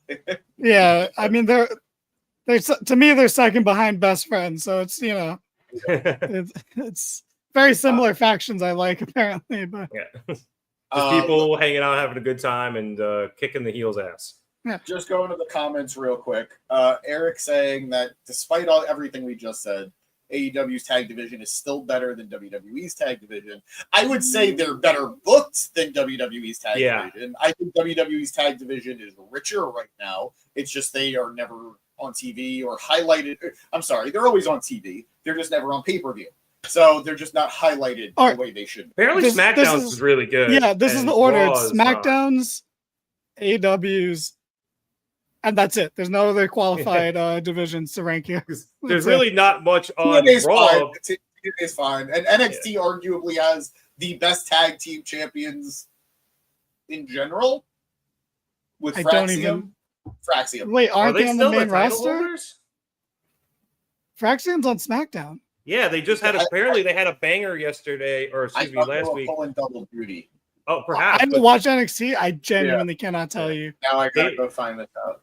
Apparently, though, their match against, funny enough, Andrade and Rey Fenix was amazing. So, all right, so they did lose the tag title to who? Oh God. Oh, do it. Who? Oh, I don't even know. All right, NXT's off the board, and the TNA's got a fine tag team division, I guess. Yeah, so it is what it is. Raw just has two tag teams. They have the Judgment Day and the New Day, and that's it. I'm going to ask you guys both this question, and I need you to honestly answer it. Do you know? I'm going to say who took the titles off of Fraxium. Do you know who Hank and Tank are? I've heard of them. Yes, actually. Okay. I couldn't. If you showed me their pictures and were like, "Who is this?" I don't know. No, if you say the names Hank and Tank, I'm like, okay, I have heard that. I've read about them. I've seen memes or I've read memes on Twitter. But you know what? Making a good point. Stardom's tag division is pretty fucking good. Believe you. Fair point. Hey, they had Mina and Mariah there for a while, so. All right, let's keep things rolling here. Next up, we had one of our branded matches, but no free ads. It was Bandido, Roderick Strong, and Kyle O'Reilly facing off against Konosuke Takeshita and the Young Bucks. The Bucks made their entrance from their branded limo, and Bandido got some new music, which was good, and it fit his theme really well, but I'm going to miss that beat drop. It fucking slapped. Anyway, we had some great action in this match. We had a 6 spot where Nicholas was able to land on his feet after a 21 plex, and then the Bucks caught Bandido off of the ropes and basically guided him into a tombstone position for Takeshita, who underhooked the legs, and then had the Bucks kind of do the TK driver assist to hit that. But then that was broken up. Not even before it was broken up. Takeshita then went for the hesitation suplex after he hit that out of the crunch, which allowed the Young Bucks to hit super kicks, and then Takeshita pinned him. But then Kyle and Roddy broke it up. Anyway, the match ended with the Bucks dishing out a super kick party, ending with Kyle eating back-to-back super kicks and a huge elbow strike from Takeshita before being set up for an EVP trigger rising knee strike combo. The Bucks then took out Bandido and Roddy on the outside, while Takeshita hit Kyle with Raging Fire for good measure and picked up the win. James, welcome back to Reseda, California. This was a straight-up PWG match.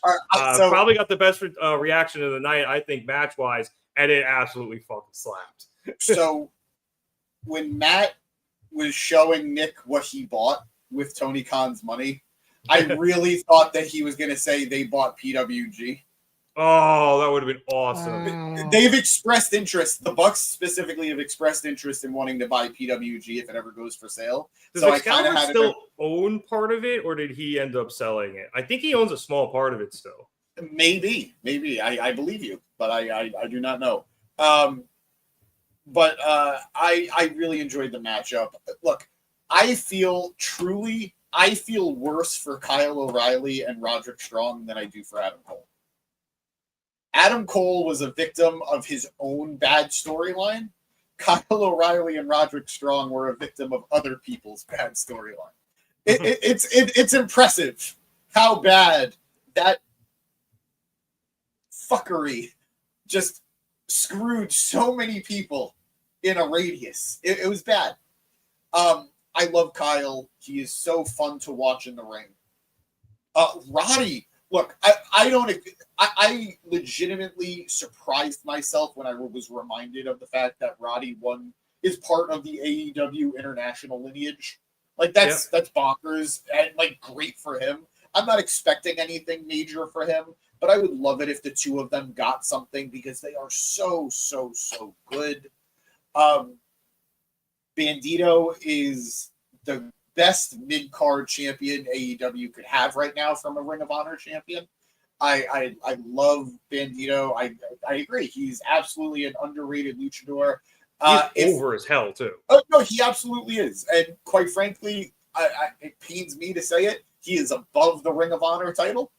But at the same time, the mid-card scene is so stacked elsewhere with TNT and what will now be the Unified title that supposedly isn't a mid-card title or whatever.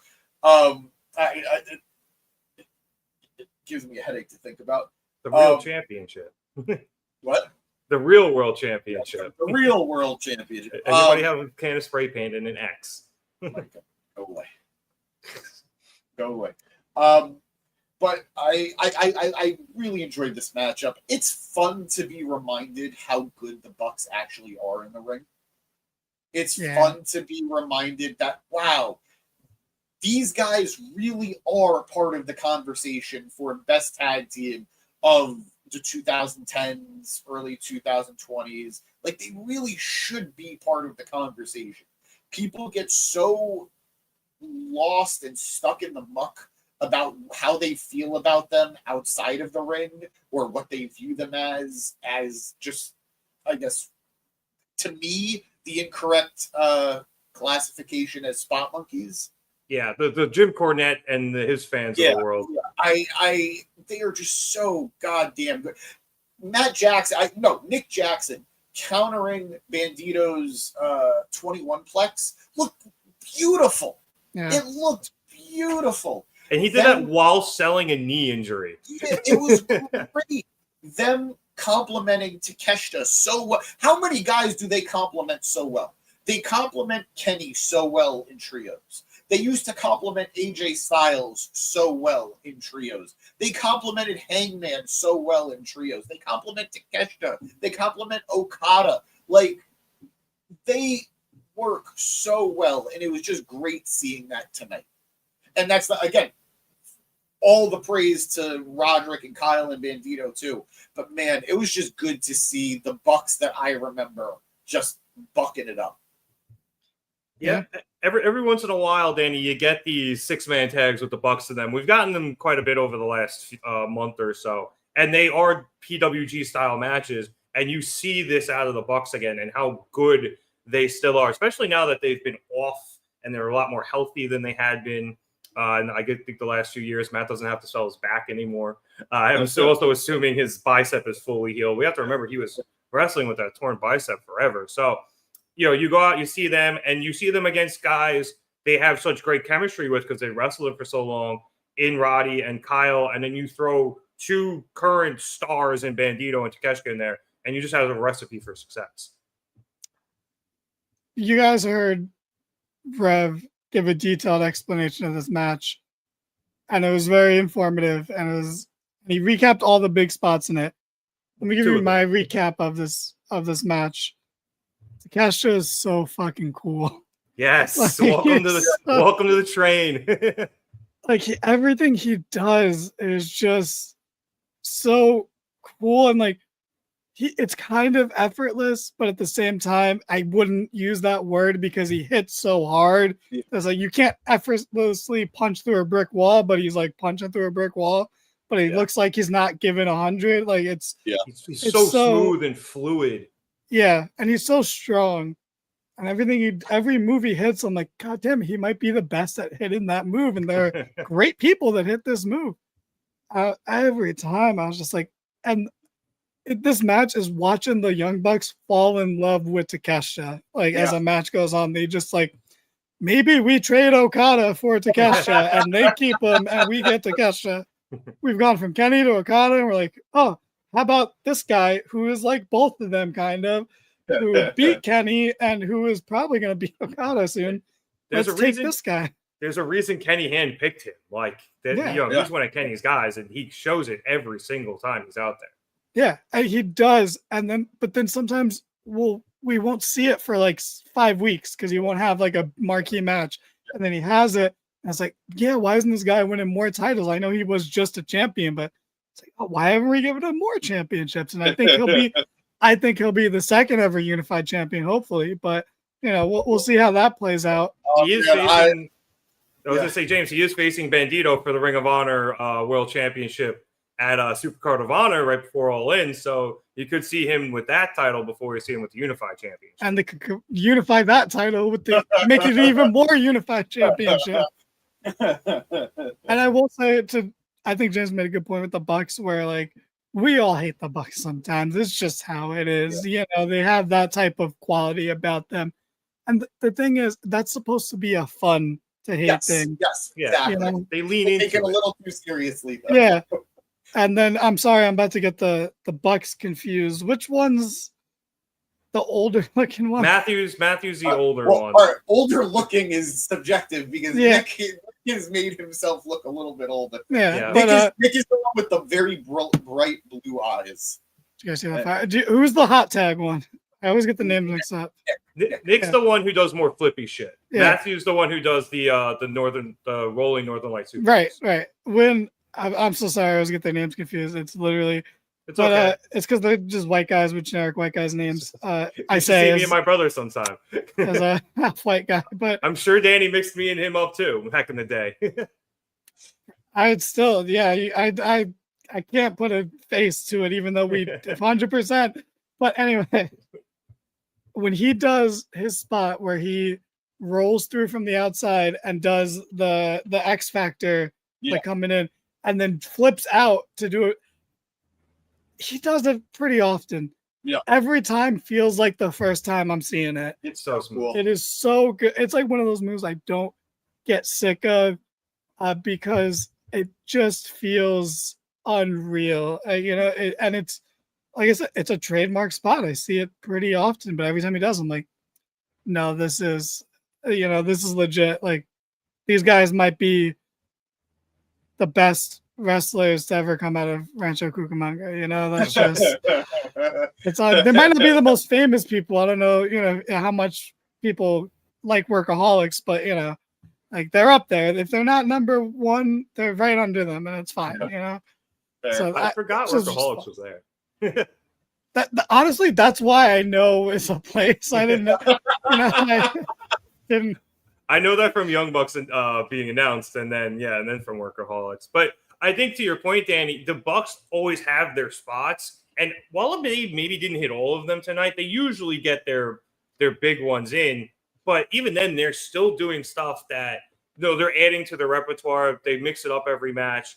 More recently, they've been doing that spot where they have the guy hanging off the top rope, and they like jump into him. I think Nicholas does, and the guy bounces off into a Matthew powerbomb.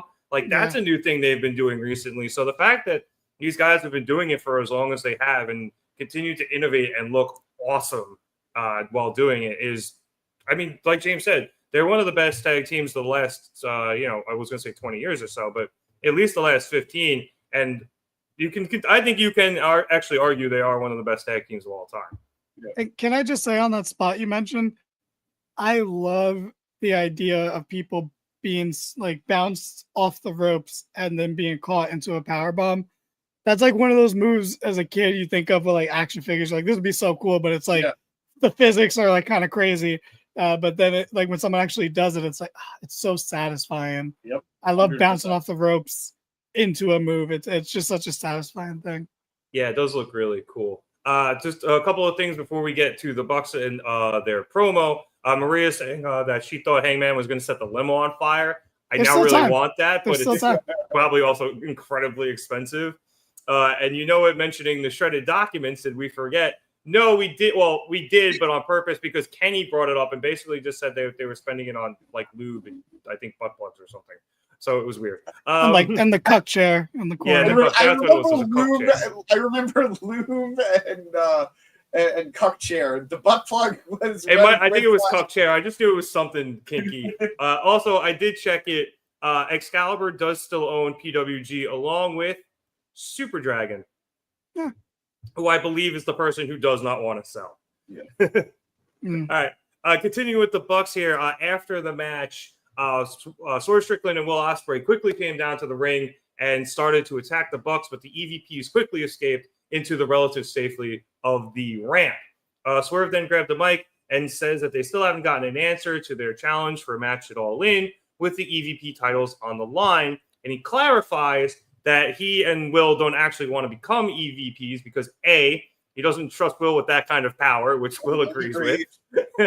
And B, they want to give the power back to the people and to Tony Khan where it belongs.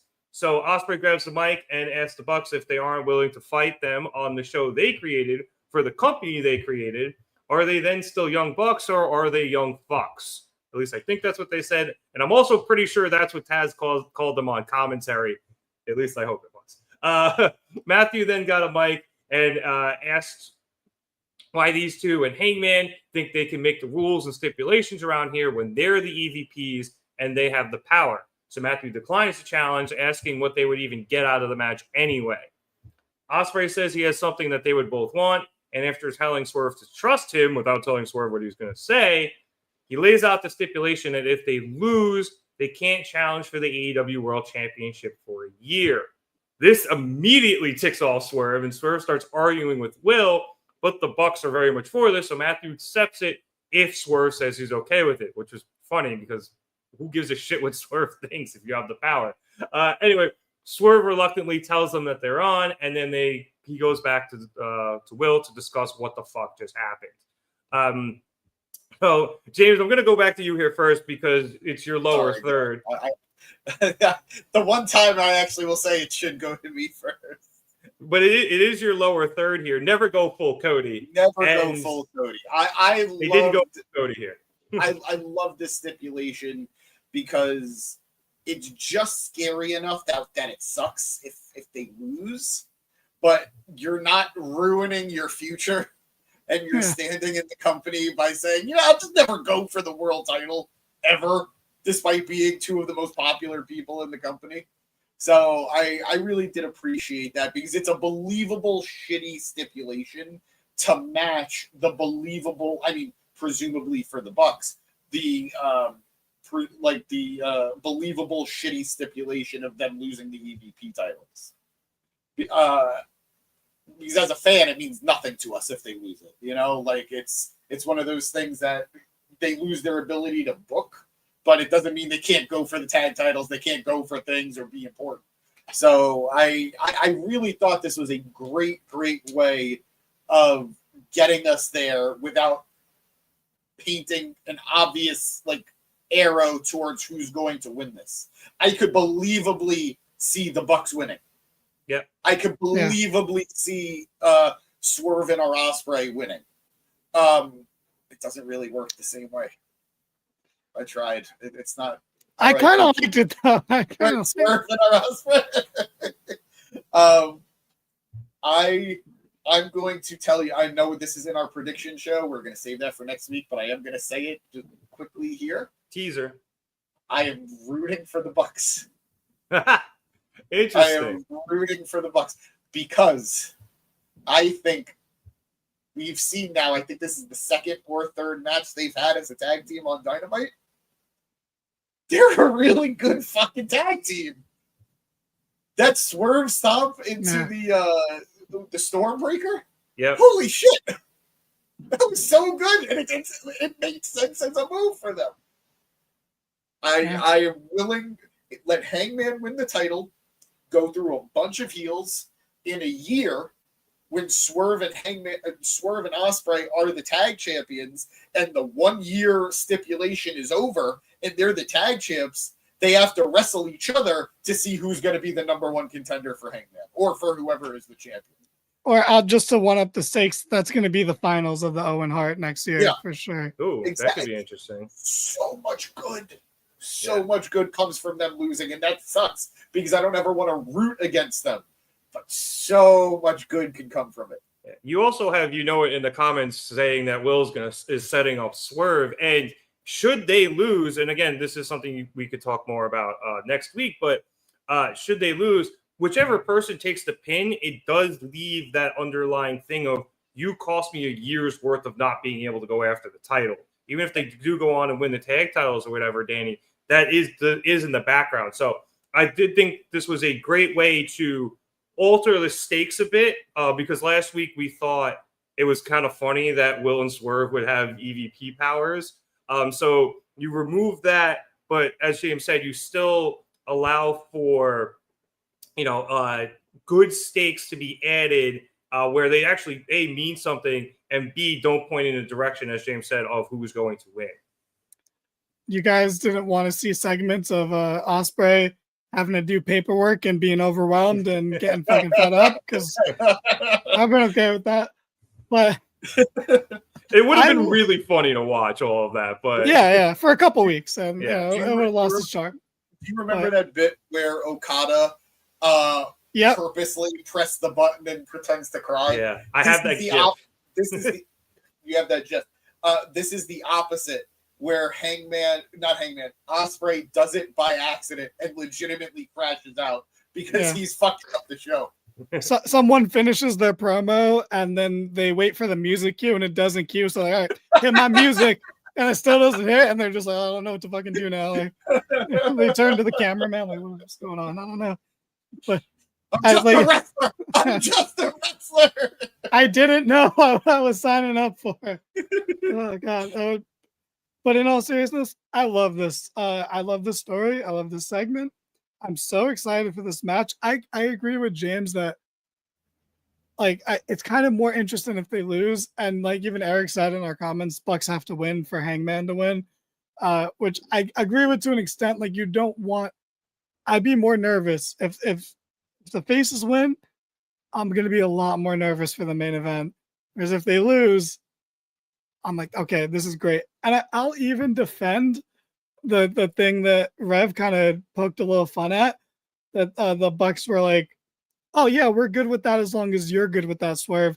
Because I think that was them actually being kind of smart heels of pushing it to be like, the ball's in your court. You're clearly, this was not planned by you guys.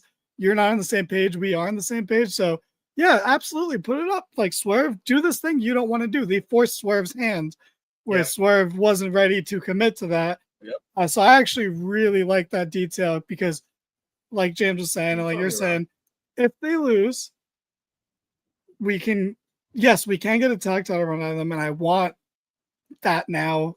Honestly, more than I would have wanted a Hangman Swerve tag run. Because I wouldn't want them to attack. I would just want them to team up once, and that's it. Swerve and Ospreay, that's the tag team I want to see. But you can't do that right away. They have to have a falling out. They have to have Swerve, Ospreay 3, and have a conclusion, and then make up. Because, the person who didn't get pinned should be mad. Swerve should be mad at Ospreay if they lose because it was his idea. And Swerve is not a level-headed, rational guy. As we know, he's a cool guy. He's a monster. He's a killer. He's a tough guy. But he's not level-headed. He's not rational. He's not going to say, your heart was in the right place, Will. It's okay. He's going to be like, fuck you. Like, you better keep your kid away from TV tape, and I'm going to fucking cut the promo of my life on them. You're lucky he's on the other side of the Atlantic. He's like, I'll do it. I will do it. I will show up because I can't go for the world title, so I might as well miss a week of work.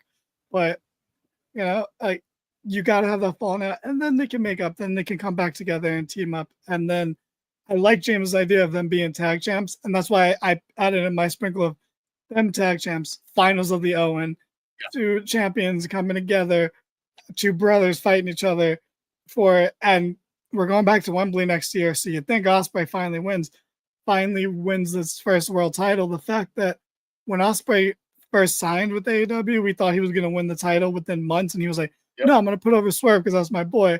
And then he's not putting himself first. He's putting what's best for the company first. And he is what's best for the company, but he knows that you draw it out more. You make people want it a little more. And now, like, let's say he does win the title next year at Wembley, it's just gonna hit like crack. It's gonna feel so good.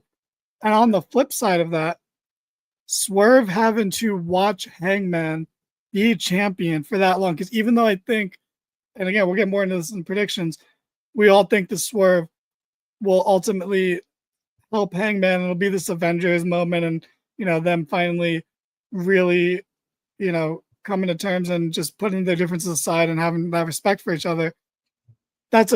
It's easy to do that for a night, but to have to sit back and watch that title reign for months and months, and whether Hangman's the champion come next All In or not, to have to watch that and know that you can't do anything about it. You can't be the guy to take it from him, to watch a guy like MJF go for it, to watch everyone but you. I just think that's so good. And they've almost stumbled into too good of a story to the point where like James said, I don't, last week I was like, this is so cool. I'm so rooting for this is great. Yep. This week it's like, oh fuck, they have to lose because it's so much cooler if they do. On the flips, you're making me think they should at this point. I will say, just to kind of pad out the other side, I do think there is a compelling story with the Bucks no longer being EVPs. I just don't think there's as much life to it as Swerve and Ospreay. The idea. Yeah. Sorry to cut you off, but then they just go back to being other wrestlers. Exactly. Like they had a level of protection around them as EVPs that they now lose, and they've made a lot of enemies over the years. Yeah. So I do think there is something there. I think you are absolutely right.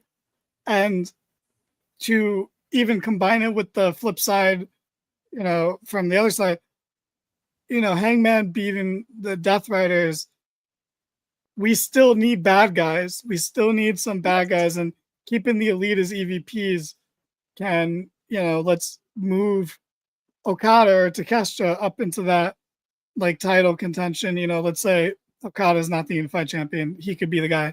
Let's say Okada is the Unified Champion. Takeshita could challenge Hangman. You still need that threat. You still need someone. And I think almost every AEW fan doesn't want the Death Riders to be a thing after this. So keeping the EVPs separate from it, they'll still fail from stopping Hangman, but they'll still have that authority to be a thorn in his side during his title reign. I just think it benefits everyone so much if they win. It's kind of almost crazy what we stumbled into here. Or what they've stumbled into here. Let's not pretend that they're not thinking of these sorts of things too, but I think we could just cut this segment out and put it in the prediction show next week. Yeah, and just honestly. But I will say, and we all got to wear different clothes and then just not address the cut and the cut back. While we're all having a major Pepe Sylvia moment while we're connecting all the dots and just freaking out. Yeah. Just a couple of interesting comments I thought I saw was Eric actually with a good one here saying the Bucks have to win to set up the Hangman win. And I think that makes sense, not just in context of, getting the crowd up and down into it, but it also allows the Bucks to then try to bully the referees or something during the match in order to, help Moxley out and betray Hangman. And it also making a good point where you can have wrestlers like MJF rubbing it in the face of Swerve and Ospreay. Exactly. Great point. Not being able to go to the title for a year. So yeah, there's a lot of meat on that bone. And he even said, and others rubbing it in. You know who that other is that came to mind first? Ricochet. Exactly. Hell yeah. Ricochet and whatever his faction is, they can challenge. Oh, this is so great. If Hangman doesn't win, I am taking a break. 100%. All right. We're going to have plenty more time to talk about this on the prediction show, even though I don't know what else we could cover from it. But let's move on to the actual match that Swerve and Ospreay were in. Which was up against LFI members the Beast Mortos and Dralístico. And they actually got the jump on Will and Swerve because they were still arguing through the commercial break about what Will had just did.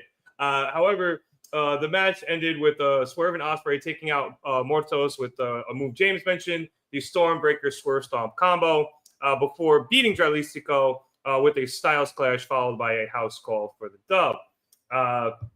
After the match, the two men shook hands and it looked like they were on the same page. But Danny, this match was short, but it was still very fast paced and high octane. So it was very entertaining. But it was, once again, this was really just a exhibition for Swerve and Will as a tag team. And I thought they looked great here, even though Will basically got killed at one point when Dralístico hit a destroyer and then he got cut in half by a Mortos spear. But other than that, they looked really in sync here and they looked unbelievable as a tag team.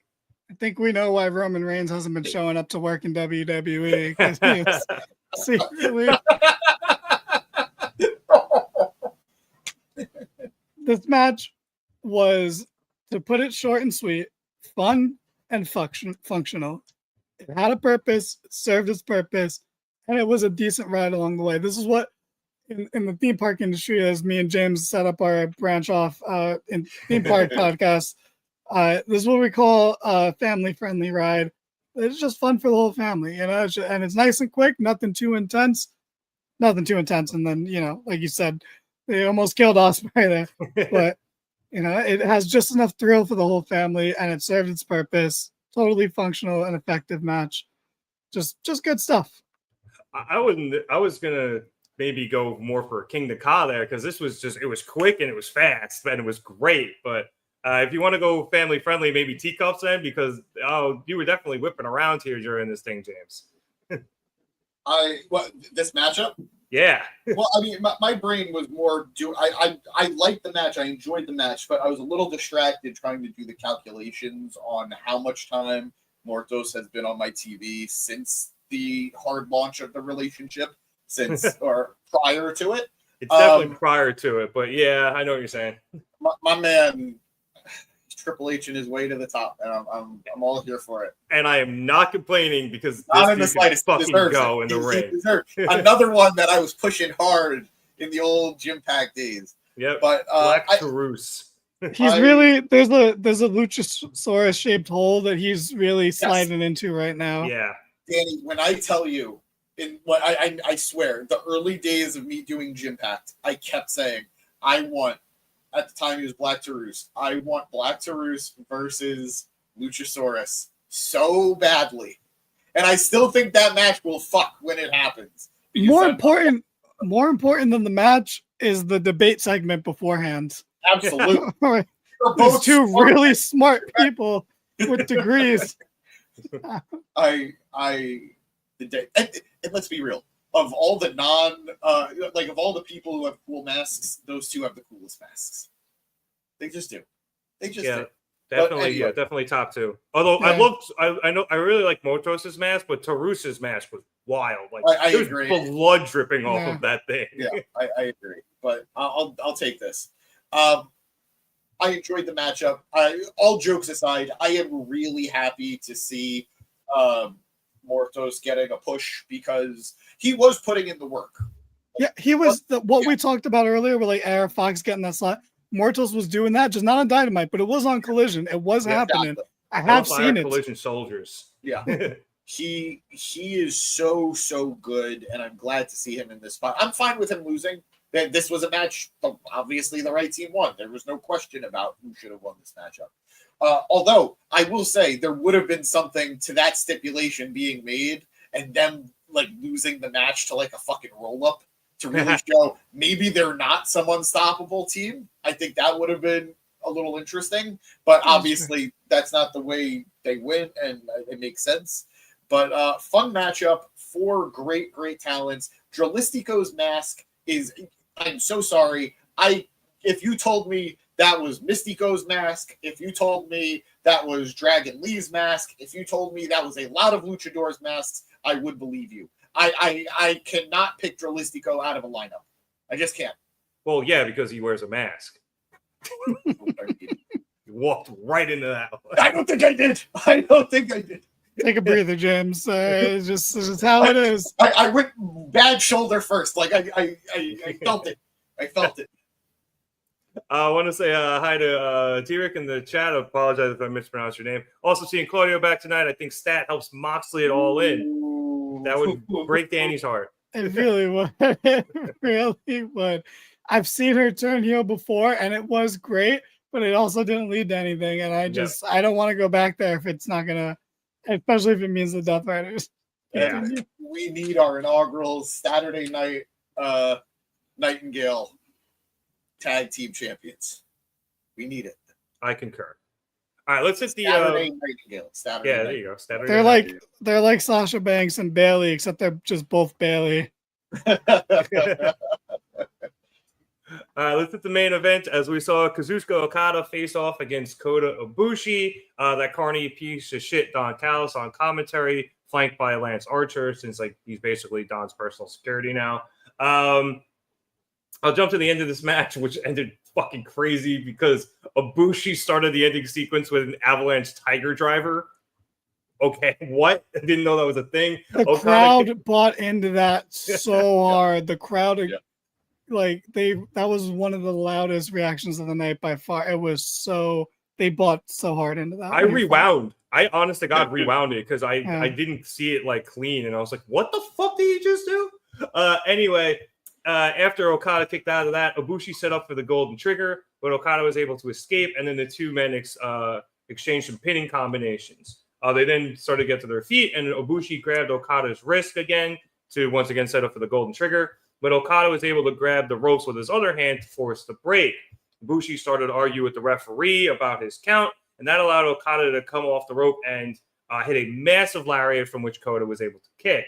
Okada then picked up Ibushi and went for the Rainmaker, but Ibushi ducked it and hit the ropes, and he ran right into a picture-perfect dropkick from Okada, who then followed that up with the Rainmaker for the win. After the match, the Don Callis family, including Archer, who was at ringside, as I mentioned, and Rocky Romero, all got in the ring to help beat down Ibushi, but Kenny Omega made his grand return, and he drove the family out of the ring with a chair. As Kenny continued to fend them off, preventing them from getting into the ring, Trent Beretta snuck in behind him with the baton that Don and Okada had used to beat up Kenny a few weeks back. But Ibushi finally came to and grabbed Trent's arm, allowing Kenny to get Trent up pretty much in a powerbomb position and throw him into an Ibushi German suplex and sending Trent out of the ring. The two then embraced, and the Golden Lovers were reunited as Dynamite 300 went off the air. So, James, Kenny's back. Go to Danny. Oh, really? Okay. Danny, Kenny's back. The Golden Lovers are back together. So that's obviously very happy. But I very much enjoyed this match. And while it was really, really good, I didn't think it was great just because I feel like there's still that other level I know Okada can hit, and he just doesn't bring it out unless it's a huge pay-per-view. I don't know about Ibushi and where he is health-wise, whether or not he still has that gear as well. I hope he does. But I know Okada has it. So maybe they were holding something back. Maybe they weren't. But either way, even these guys at 85% are still better than most people's hundreds. So this match was still a great way to end the show. I think anytime we can see Ibushi wrestle, we should just be grateful that he even can. That's true. It's very fair. It's like, it's on borrowed time at this point. So and I'm just glad he can do it to any degree. And, they did that insane spot off the top rope. So, you don't usually get that sort of bump from Okada on any match so far in his AEW career. So, he at least put something into this. But, this was fun. Makes sense as a main event. Like, it pays homage to, even though these guys weren't Dynamite originals, their influence was still a part of AEW and how it came to be in its early days. So, Ricochet caught a lot of flack for one time in an interview saying, without, AEW exists because of me and stuff I did, even though he was never there until recently. In my head, it makes perfect sense because I agree. I think without that clip of him and Ospreay, like that sort of thing is part of the fabric of why AEW exists. And you can't put it all on one person as much as some guys, as much as people be like, oh, Jericho signing was a thing. Like, no, Jericho signing was a big part of it, but there's a lot of parts of it. There's a lot of big parts of it. And a lot of one of the biggest parts of that is Kenny versus Okada. That is the type of match that anyone branching out, anyone sick of 2010's WWE, if they stumbled across that borderline became their personality at that point. And It really did. Yeah. I was insufferable for a Just minute. too sweeting everywhere, just yelling the elite. I literally was working at Planet Fitness, too sweet and random people that would come in with the Hot Topic Bullet Club shirt. Like, Yeah. you know, like I want one so bad. it permeated what mainstream wrestling was. And, you know, so it is a huge part of it. So having a celebratory match like this as the main event might seem wild to someone who's only been watching AEW or only hating on AEW without watching it. They're like, why is this match the main event of the 300 episodes? Like, no, because it's a celebration of everything Dynamite was, whether it was the variety of the Fatal 4-Way earlier in the show or the women's match. If I may add on to your point, Yeah. Kenny Omega only stayed a wrestler because he watched Kota Ibushi in Japan. Kenny hated his time in Deep South wrestling so much that he legitimately thought about hanging it up. And then he watched Kota Ibushi tapes, and he said, I want to go to Japan and wrestle. And kiss that guy on the mouth. And it's beautiful. That's it. Beautiful. I saw a really funny tweet earlier today. It was like, stop referring to them as friends. They kiss each other on the mouth. Yeah. It's kind of it's sad that this reunion happened the first day of July and it didn't happen in June, but you know it's okay. It just means Pride Month never ends. Exactly. Thank you. Yes, absolutely. No, I don't care. That was funny of Eric to say. I don't care. That's funny. I agree with you, know it though. Mute him. Yeah, I love that it's spread to our chat. That is the response to Eric. Just muted. But no, it is no. Eric's doing that satirically. He knows. That was good. That was good. He knows, but it's just like it's crazy to think that Kenny would have stopped, and then that's that's one of those ripple effects that maybe this doesn't happen if Kenny never wrestles, and it's just so cool. And it kind of this was the bow, even though this was further in a story. This is wrestling 101 to further a story. Yeah, Okada's feuding with Kenny. I'm gonna kill your boyfriend. Like that makes sense. Like that's just good booking. Well, Solid. It's 21st century wrestling 101, but yeah, sure. We saw it earlier in the show. Mercedes is like, "Oh, I'm gonna wrestle Tony. I'm gonna kill your girlfriend." This is just what wrestling is and what it's secretly always been, but now it just is. Simple booking, but to me, it felt more celebratory. Of this is everything AEW is and is supposed to be, and everything AEW loves. It's how Grand Slam was celebratory too. Like Grand Slam Mexico was celebratory. It wasn't necessarily the most story-driven show, but it was like, this is wrestling history and we are appreciating it. And that's what this main event was.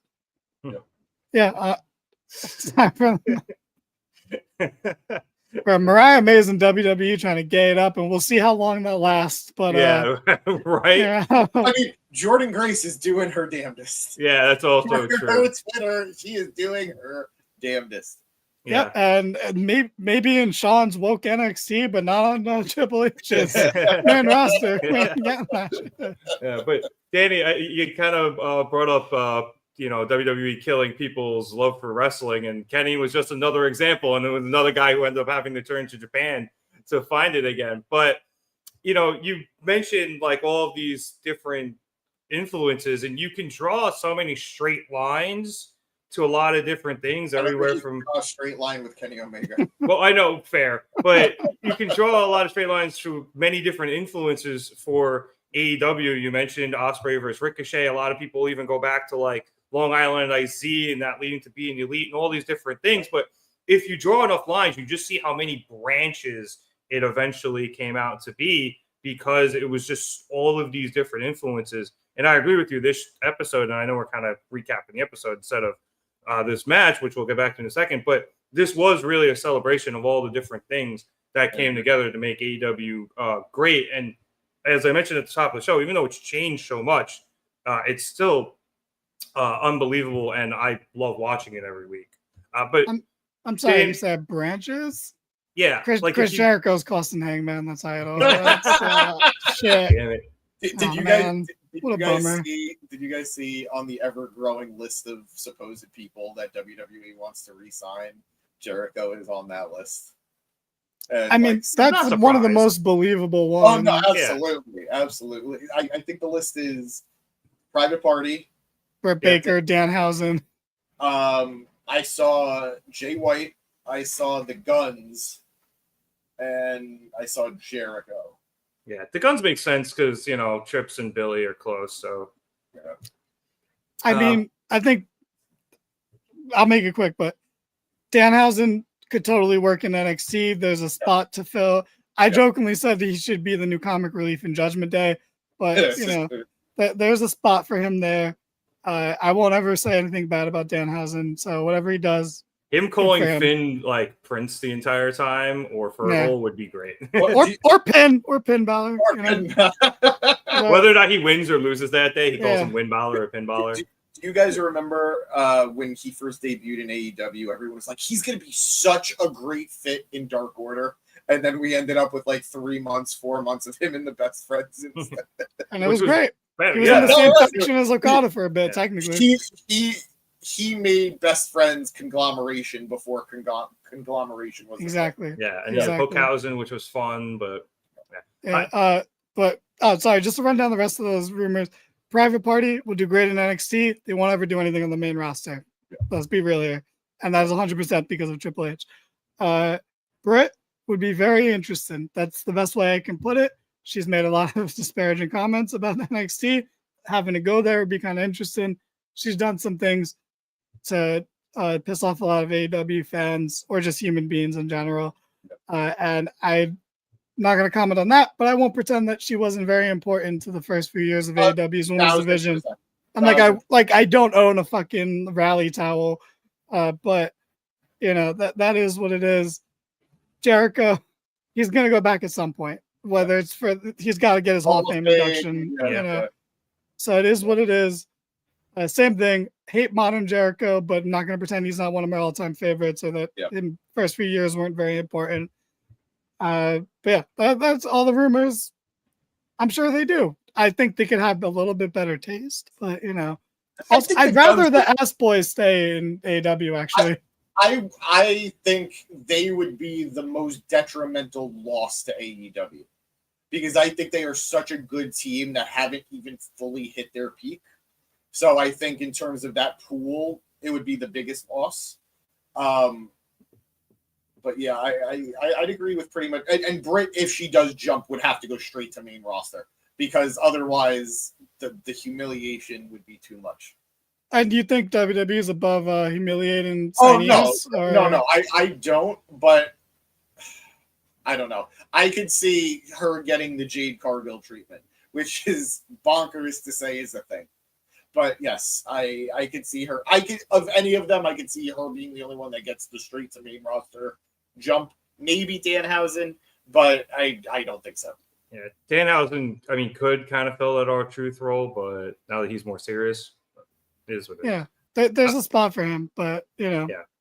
To get back into the match, James, since I'm sure you want to say something about it, I thought he doesn't care. Looking back at last week and this one, I think what you mentioned last week about Ibushi striking a lot more and going more into his, I think his karate background, you saw it a lot more prevalently here tonight. He was laying it in there. And I think if this is the Ibushi we have now, I'm actually pretty okay with that because he looked very good tonight. So Don Callis briefly got into it on commentary. And again, this is why we have this alignment. It's so Callis could be on commentary for these matches and people just are struggling with that. Murder Ibushi is a thing. We don't see it often. No, it's a thing. Oh, I know it's a thing. That's why I laughed. And we don't get it often. But when we get it, it can be downright terrifying. So we saw maybe the tip of the iceberg with Murder Ibushi tonight. But him striking and being that guy is someone who beat Okada back at Wrestle Kingdom for the IWGP title. So it's not a foreign concept. I just think he'll be less flippy, is my point, except for bigger shows. You say that, and then he hits a giant tiger driver off the top. That wasn't necessarily flippy. Flippy, of course, but you know what I mean. Like, he's going to throw his body. Like, he ran into those steel steps. That's true. You know, like, he doesn't have self-preservation. It's just, it's not a concept for him. It's because he has a bionic neck, and he thinks it extends the rest of him. You mentioned that you felt that this match had an extra gear that they didn't hit. It's because, one, and we've talked about this, that AEW has been struggling with this. Don't start your main events at 9:53. Yeah. Mm-hmm. Don't start your main events at 9:53. This match needed another 2 to 3 minutes. Yep. Just maybe 2 to 3 minutes, because this is a TV main event. I think it only needed an additional 2 to 3 minutes. Okada, and I've said this from the moment he jumped to AEW, it was going to be weird to see Okada on regular television because he does not wrestle regular television matches. He only wrestles pay-per-view matches. That's what New Japan did with him, and they did it very well with him. The man wrestles minimum 20-minute matches. The man wrestles minimum 25 to 30-minute matches, because those first 5 to 10 minutes are him telling the story in the ring. Are you telling me to hurry up? I'm saying it's the build up. No, you gotta wrap it up, man. I gotta wrap it up. Running behind. No, I have the oh my god, the Dave Chappelle wrap it up thing somewhere in here. If I ever need it. Or can I say, because James is making the wheels turn in my head, I think I figured out AEW Okada. He's MJF. Yeah, no, that's he's MJF. 1,000% it, and it makes sense. It makes sense. This match didn't have that story building that Okada normally has in his matches.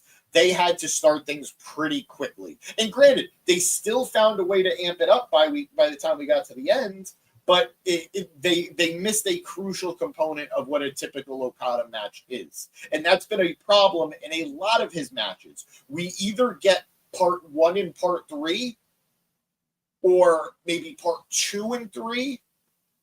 This was an example of only getting part 2 and 3. So it's tough. I have a feeling, as he is going to be moving away from the Continental title and possibly moving on to either the Unified title or the World title at some point, I have a feeling we're going to see more of that New Japan style come out. But you need a speedball right now, somebody who knows how to navigate those matches. You need a Takeshita or a Kenny to get those matches out of him. And I don't think it's a case of Okada phoning it in. I think it's simply a case of he is not designed for weekly television matches. And that he's not going to change his style. Yeah. Especially not at this point. Yeah. And I think it's fun to make fun of him for that, and I will gladly continue to do it. But I actually think it's good that he stands on that. Yeah. That it's like he's a reserved wrestler in a company whose ethos is to just put everything out there all the time. He's like the opposite of what Ospreay is. Whereas Ospreay is, he feels so compelled to give every single crowd the best match he possibly can and to put everything into it. Whereas Okada is like, you're lucky I'm even doing this. And I don't think either of them are wrong. I think both of them are right. You nailed it. If Producer Boy still made clips, this would be a clip. Because I think you nailed it. Yeah. And especially, too, because I think it helps Okada keep the pay-per-views a bit more special, I guess, in that way as well. And also, too, I've seen people talk about this, on like Squared Circle and stuff, but it's kind of part of his character where he doesn't need to hit that next gear usually against the people he's facing on Dynamite. Like, he can kind of go 75, 80, 85% and in kayfabe and still win. So he doesn't have to hit that next gear. So I wasn't complaining necessarily because, again, I still thought this was a very good match. It's just something that I'm getting, I guess, I don't want to say used to with Okada, but it's just something that always, I think, is very obvious and comes across during his matches where I'm like, man, I want more. But then that leads me to being like, oh, all right, at the pay-per-view, though, I know I'm getting something good, especially this next one against Kenny Omega. And it's because Okada has it in him because you've seen so much of it. Yeah. But the good thing about his more reserved style now, or one of the good things, is that it's almost like a victory in and of itself. You don't have to beat Okada, but if you can get him to hit that next gear, that's your win. And that's why we keep talking about the speedball match, because he fucking did that, and it was so mind-blowing to see. Because we've gone a while without that big Okada match. Well, not that long because we had the C2, but it had been a good enough amount of time where we're like, Okada's almost on, to use an internet term, he's almost on fraud watch when he's not really a fraud, but his character's a phone it in, lazy kind of guy. He's almost gets that flack. And like I said, it's fun to do. It's fun to make the jokes about it. But so when we see those guys get it, that is their win, and that is them getting over in defeat. So like there is a nice balance to it. And again, it's like, what means more, getting that gear from like Okada or getting that back and forth with Ospreay? You're going to get that back and forth with Ospreay. It almost means more to get it for Okada. And that's just why it's good to have different wrestling philosophies on the same roster, like an Okada, an MJF, an Ospreay, a Swerve, or a Hangman. Like there's so much variety in how these guys approach building things. And even if they have similar wrestling styles, like their approach to building the feuds and matches is varied enough for the most part that you just get a lot of good stuff. And I think that's the highlight of the show, and the highlight of the All-In build is that there's so much. And even when the stories are somewhat intertwined, like Swerve and Ospreay versus the Bucks, it's different. We had that thing tonight that makes it different and separate from the bigger story that it's a part of, while still being a part of that story. I don't know, like, as much as like maybe I don't want to rewatch the Ibushi Okada match, or I'm not going to go back and rewatch the Beast Mortos like tag match and stuff, but like I think this show was so effective in being a celebration, but also build into the biggest show of the year. I don't know. I know we're not at the overall thoughts part yet, but to me the show is such a home run that it's hard for me to talk about just the one part without bringing how I thought everything else came together nicely on this show. I just think it was perfect, almost perfect. Like, I almost wish this was the go home show. Yes, but are we not in a modern time where, like, in wrestling, where go home shows are never good anymore? Like, it's a weird thing. We've talked about it here. Go ahead, Rev.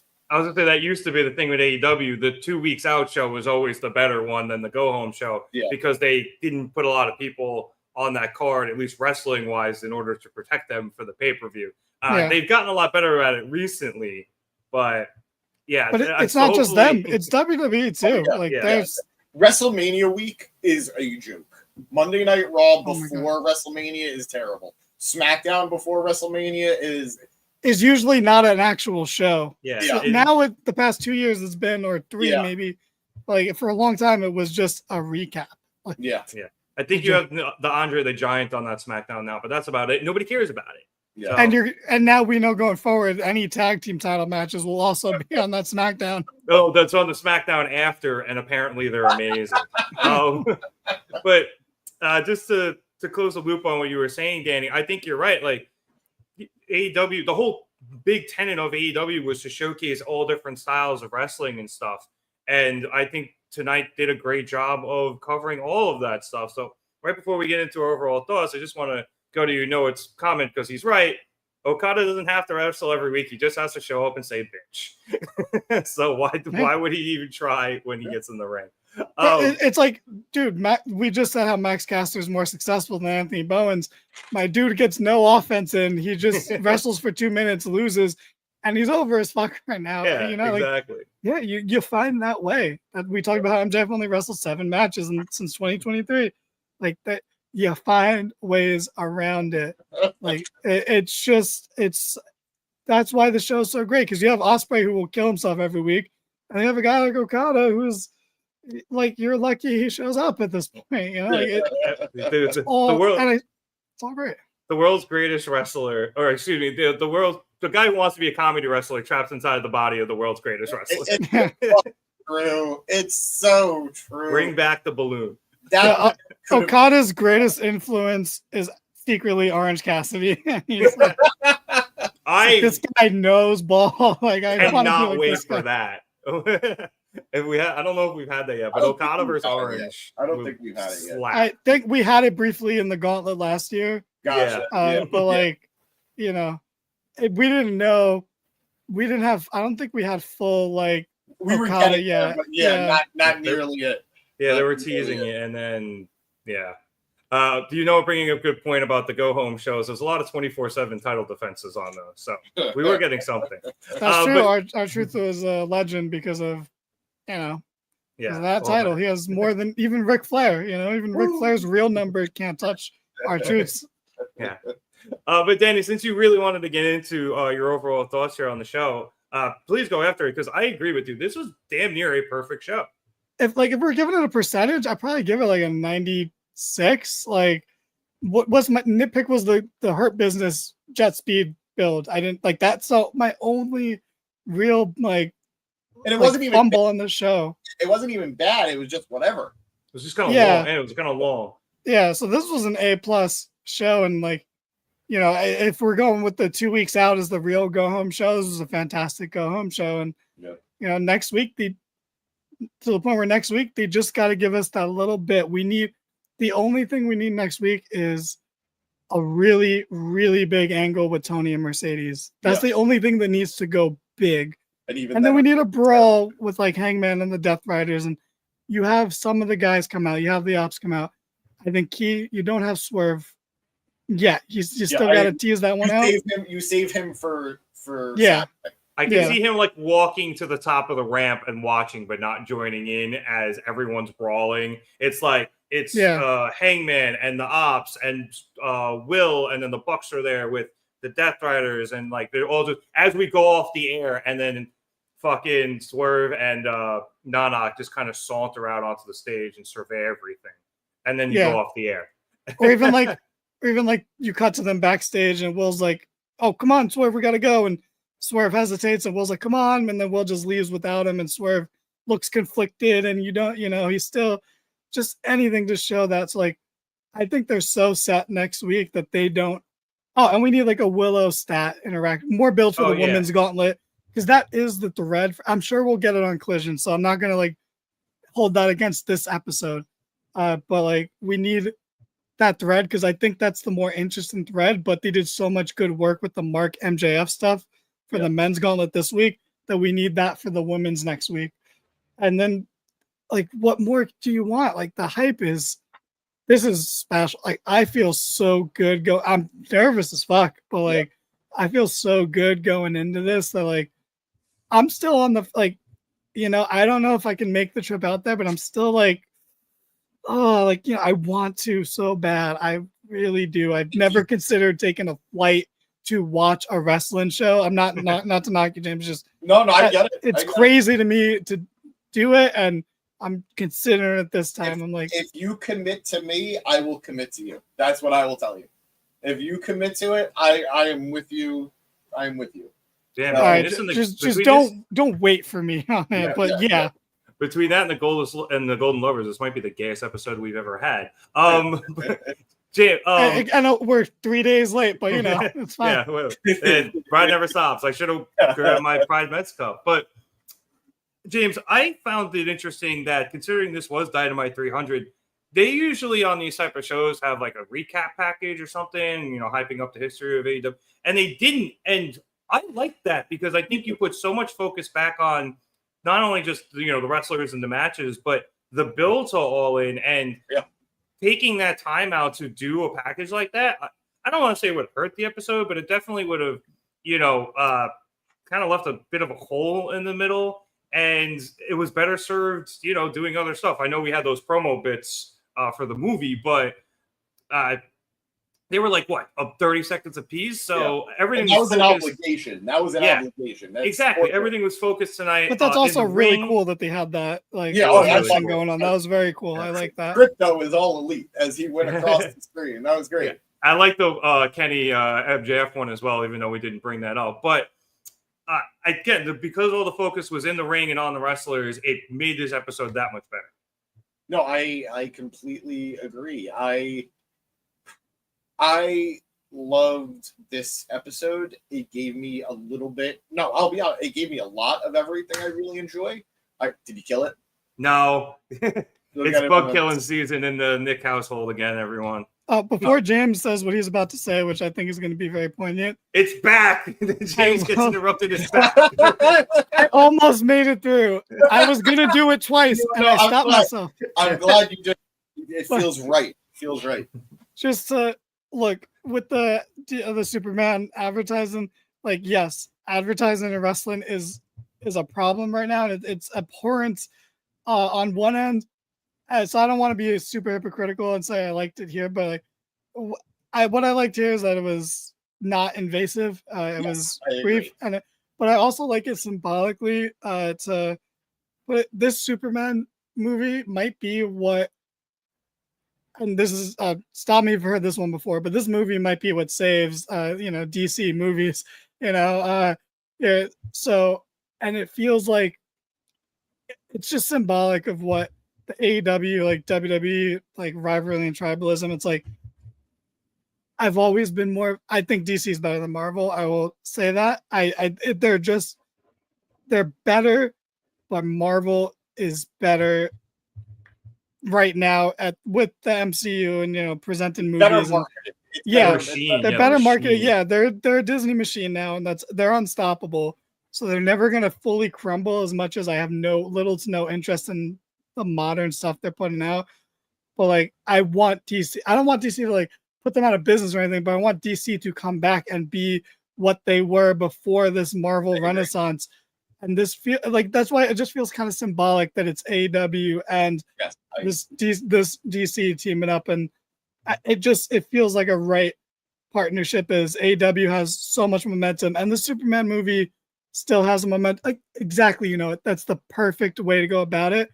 This shit might not be that good, but I guarantee it's going to be better than Suicide Squad and like everything from the DCEU. Like, I've straight up said to people, I care more about other people liking this Superman movie than me needing to like this Superman movie. Exactly. I'm not even a big Superman guy, but I'm like, please let this hit. Like, I need to. Clearly better. What? So Bass is clearly better than Soups. Batman? Yeah. I mean, I'm a bat. I have the Dark Knight tattooed on my back, and I have Kryptonian tattooed on my arm. I love both. You need night and day. All that said, Pattinson should not be the Batman of this universe. No. But anyway. But he's that's valid. Hey, so about the show, James? I have never been happier to be interrupted. Thank you, Dan.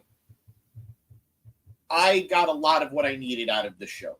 I got fantastic wrestling.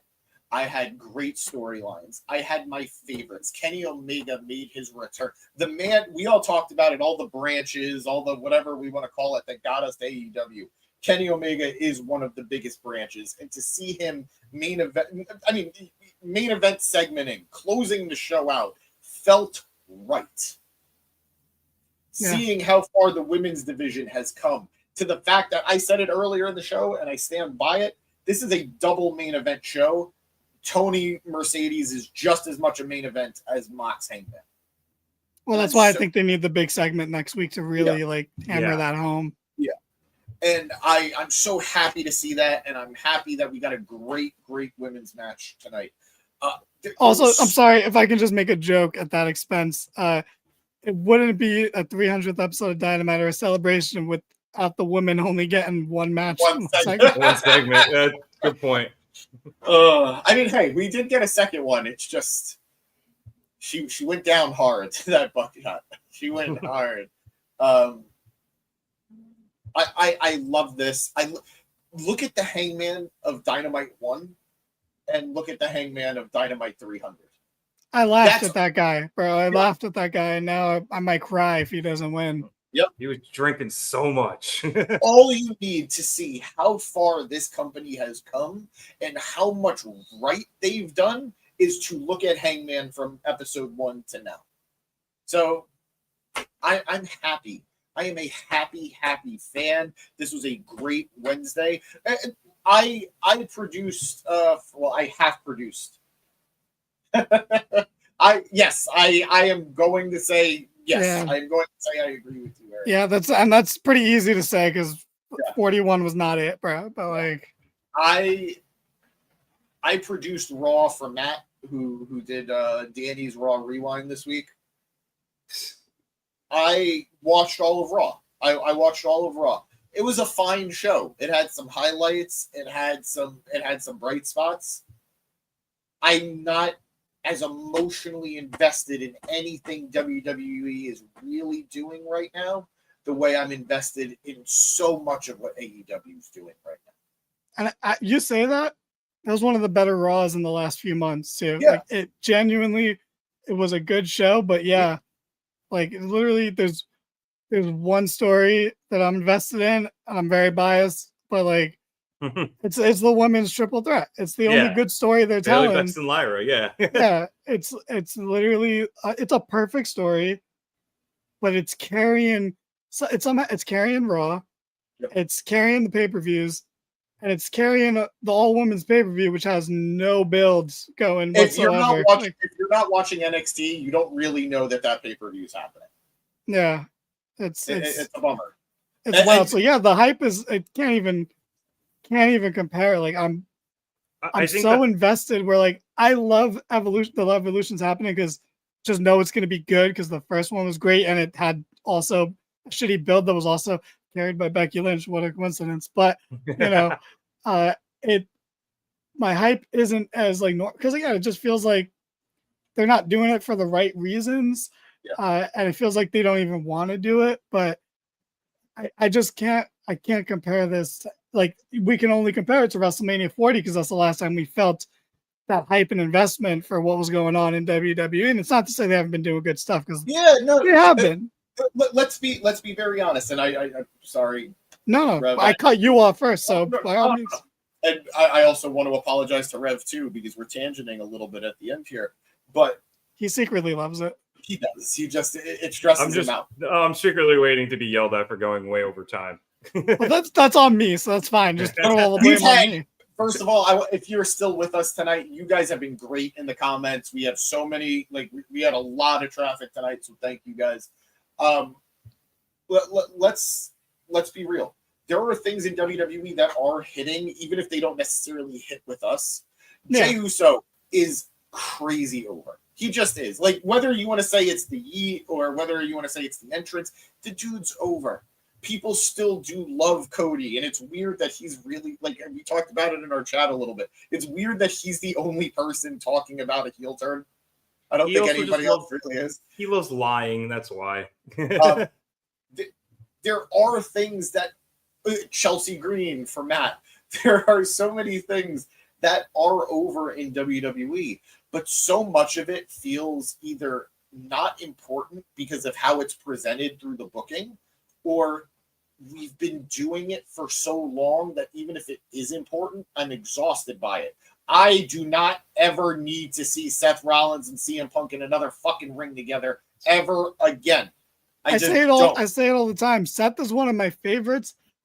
I talk so much shit about him for the past year and a half because he just keeps feuding with CM Punk, and it makes me hate him. Yep. And like Punk, again, I'm a Punk fan too. I think I'm not one of those Punk fans that's gonna be biased towards him and admit that, I can admit he's a fucking hypocrite, but it's like what these two interact. I'm like, I hate both of you so much. Like, what the hell's going on? Then they interact with other people. I'm like, no, you guys are great. I love you guys.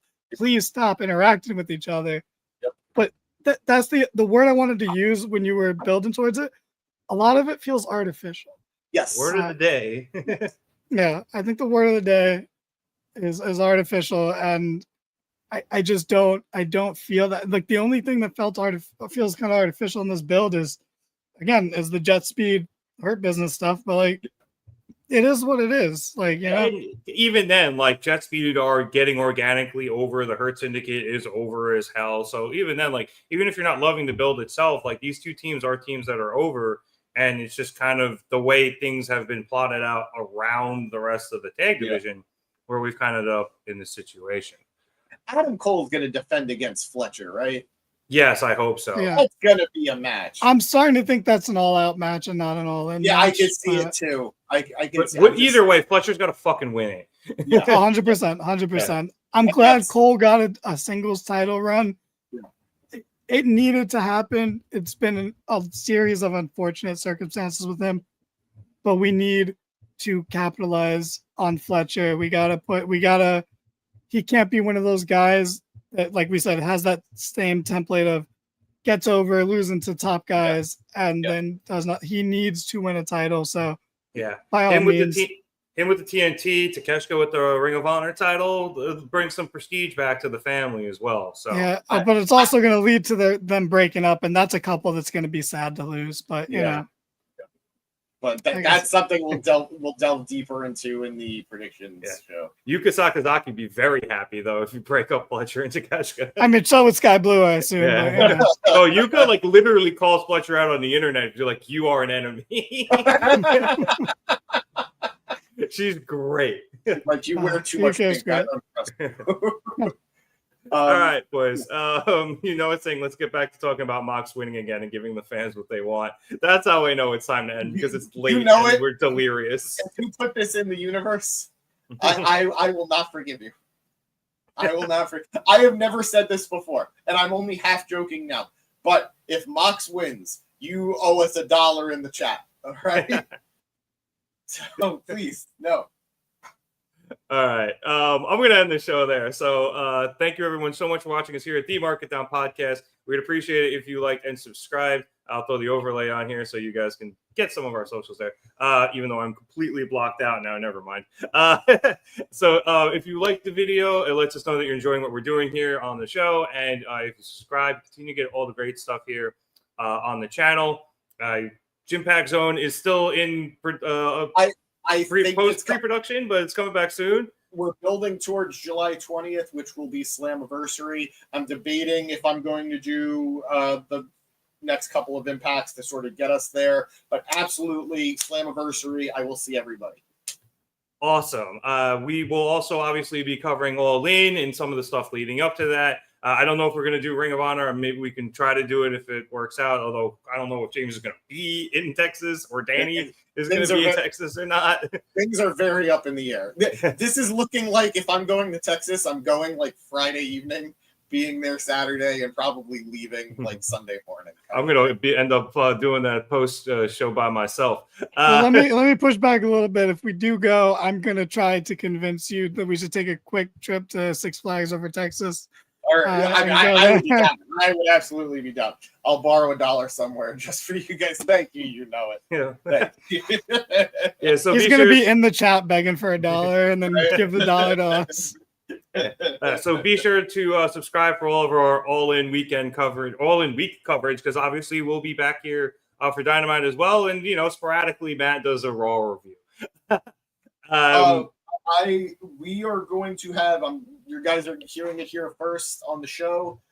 We are going to have some special guests, I guess reviewers, marks joining us for some shows coming up, particularly some WWE shows. So be prepared for that and be nice to them, or treat them at least a little bit better than you treat us, and we'll all get along smoothly. All right, yeah. So definitely subscribe and be on the lookout for that. If you want to check us out on our social media stuff, Instagram, Facebook, TikTok, Twitter, or Blue Sky, and you're here on YouTube, their links are all in the description below. Now I'll put the overlay back on. And if you are watching us over on Facebook or on Twitter, you want to check us out in some other places, at Twitter, at marketdown _ pod on Twitter. Jeez, Nick. It is late. At Marketdown Pod on Instagram, youtube.com/marketdown3665, marketdownpod.bsky.social on Blue Sky, or just search Marketdown Podcast in any of your social media search engines, and you will find us. I'm not even going to give you guys a chance to say anything else. So for Danny Hernandez and James Ashanti, my name is Nick Cummings. Thank you so much for watching us here at the Marketdown Podcast. Have a good one, everyone. Let's go, Mets.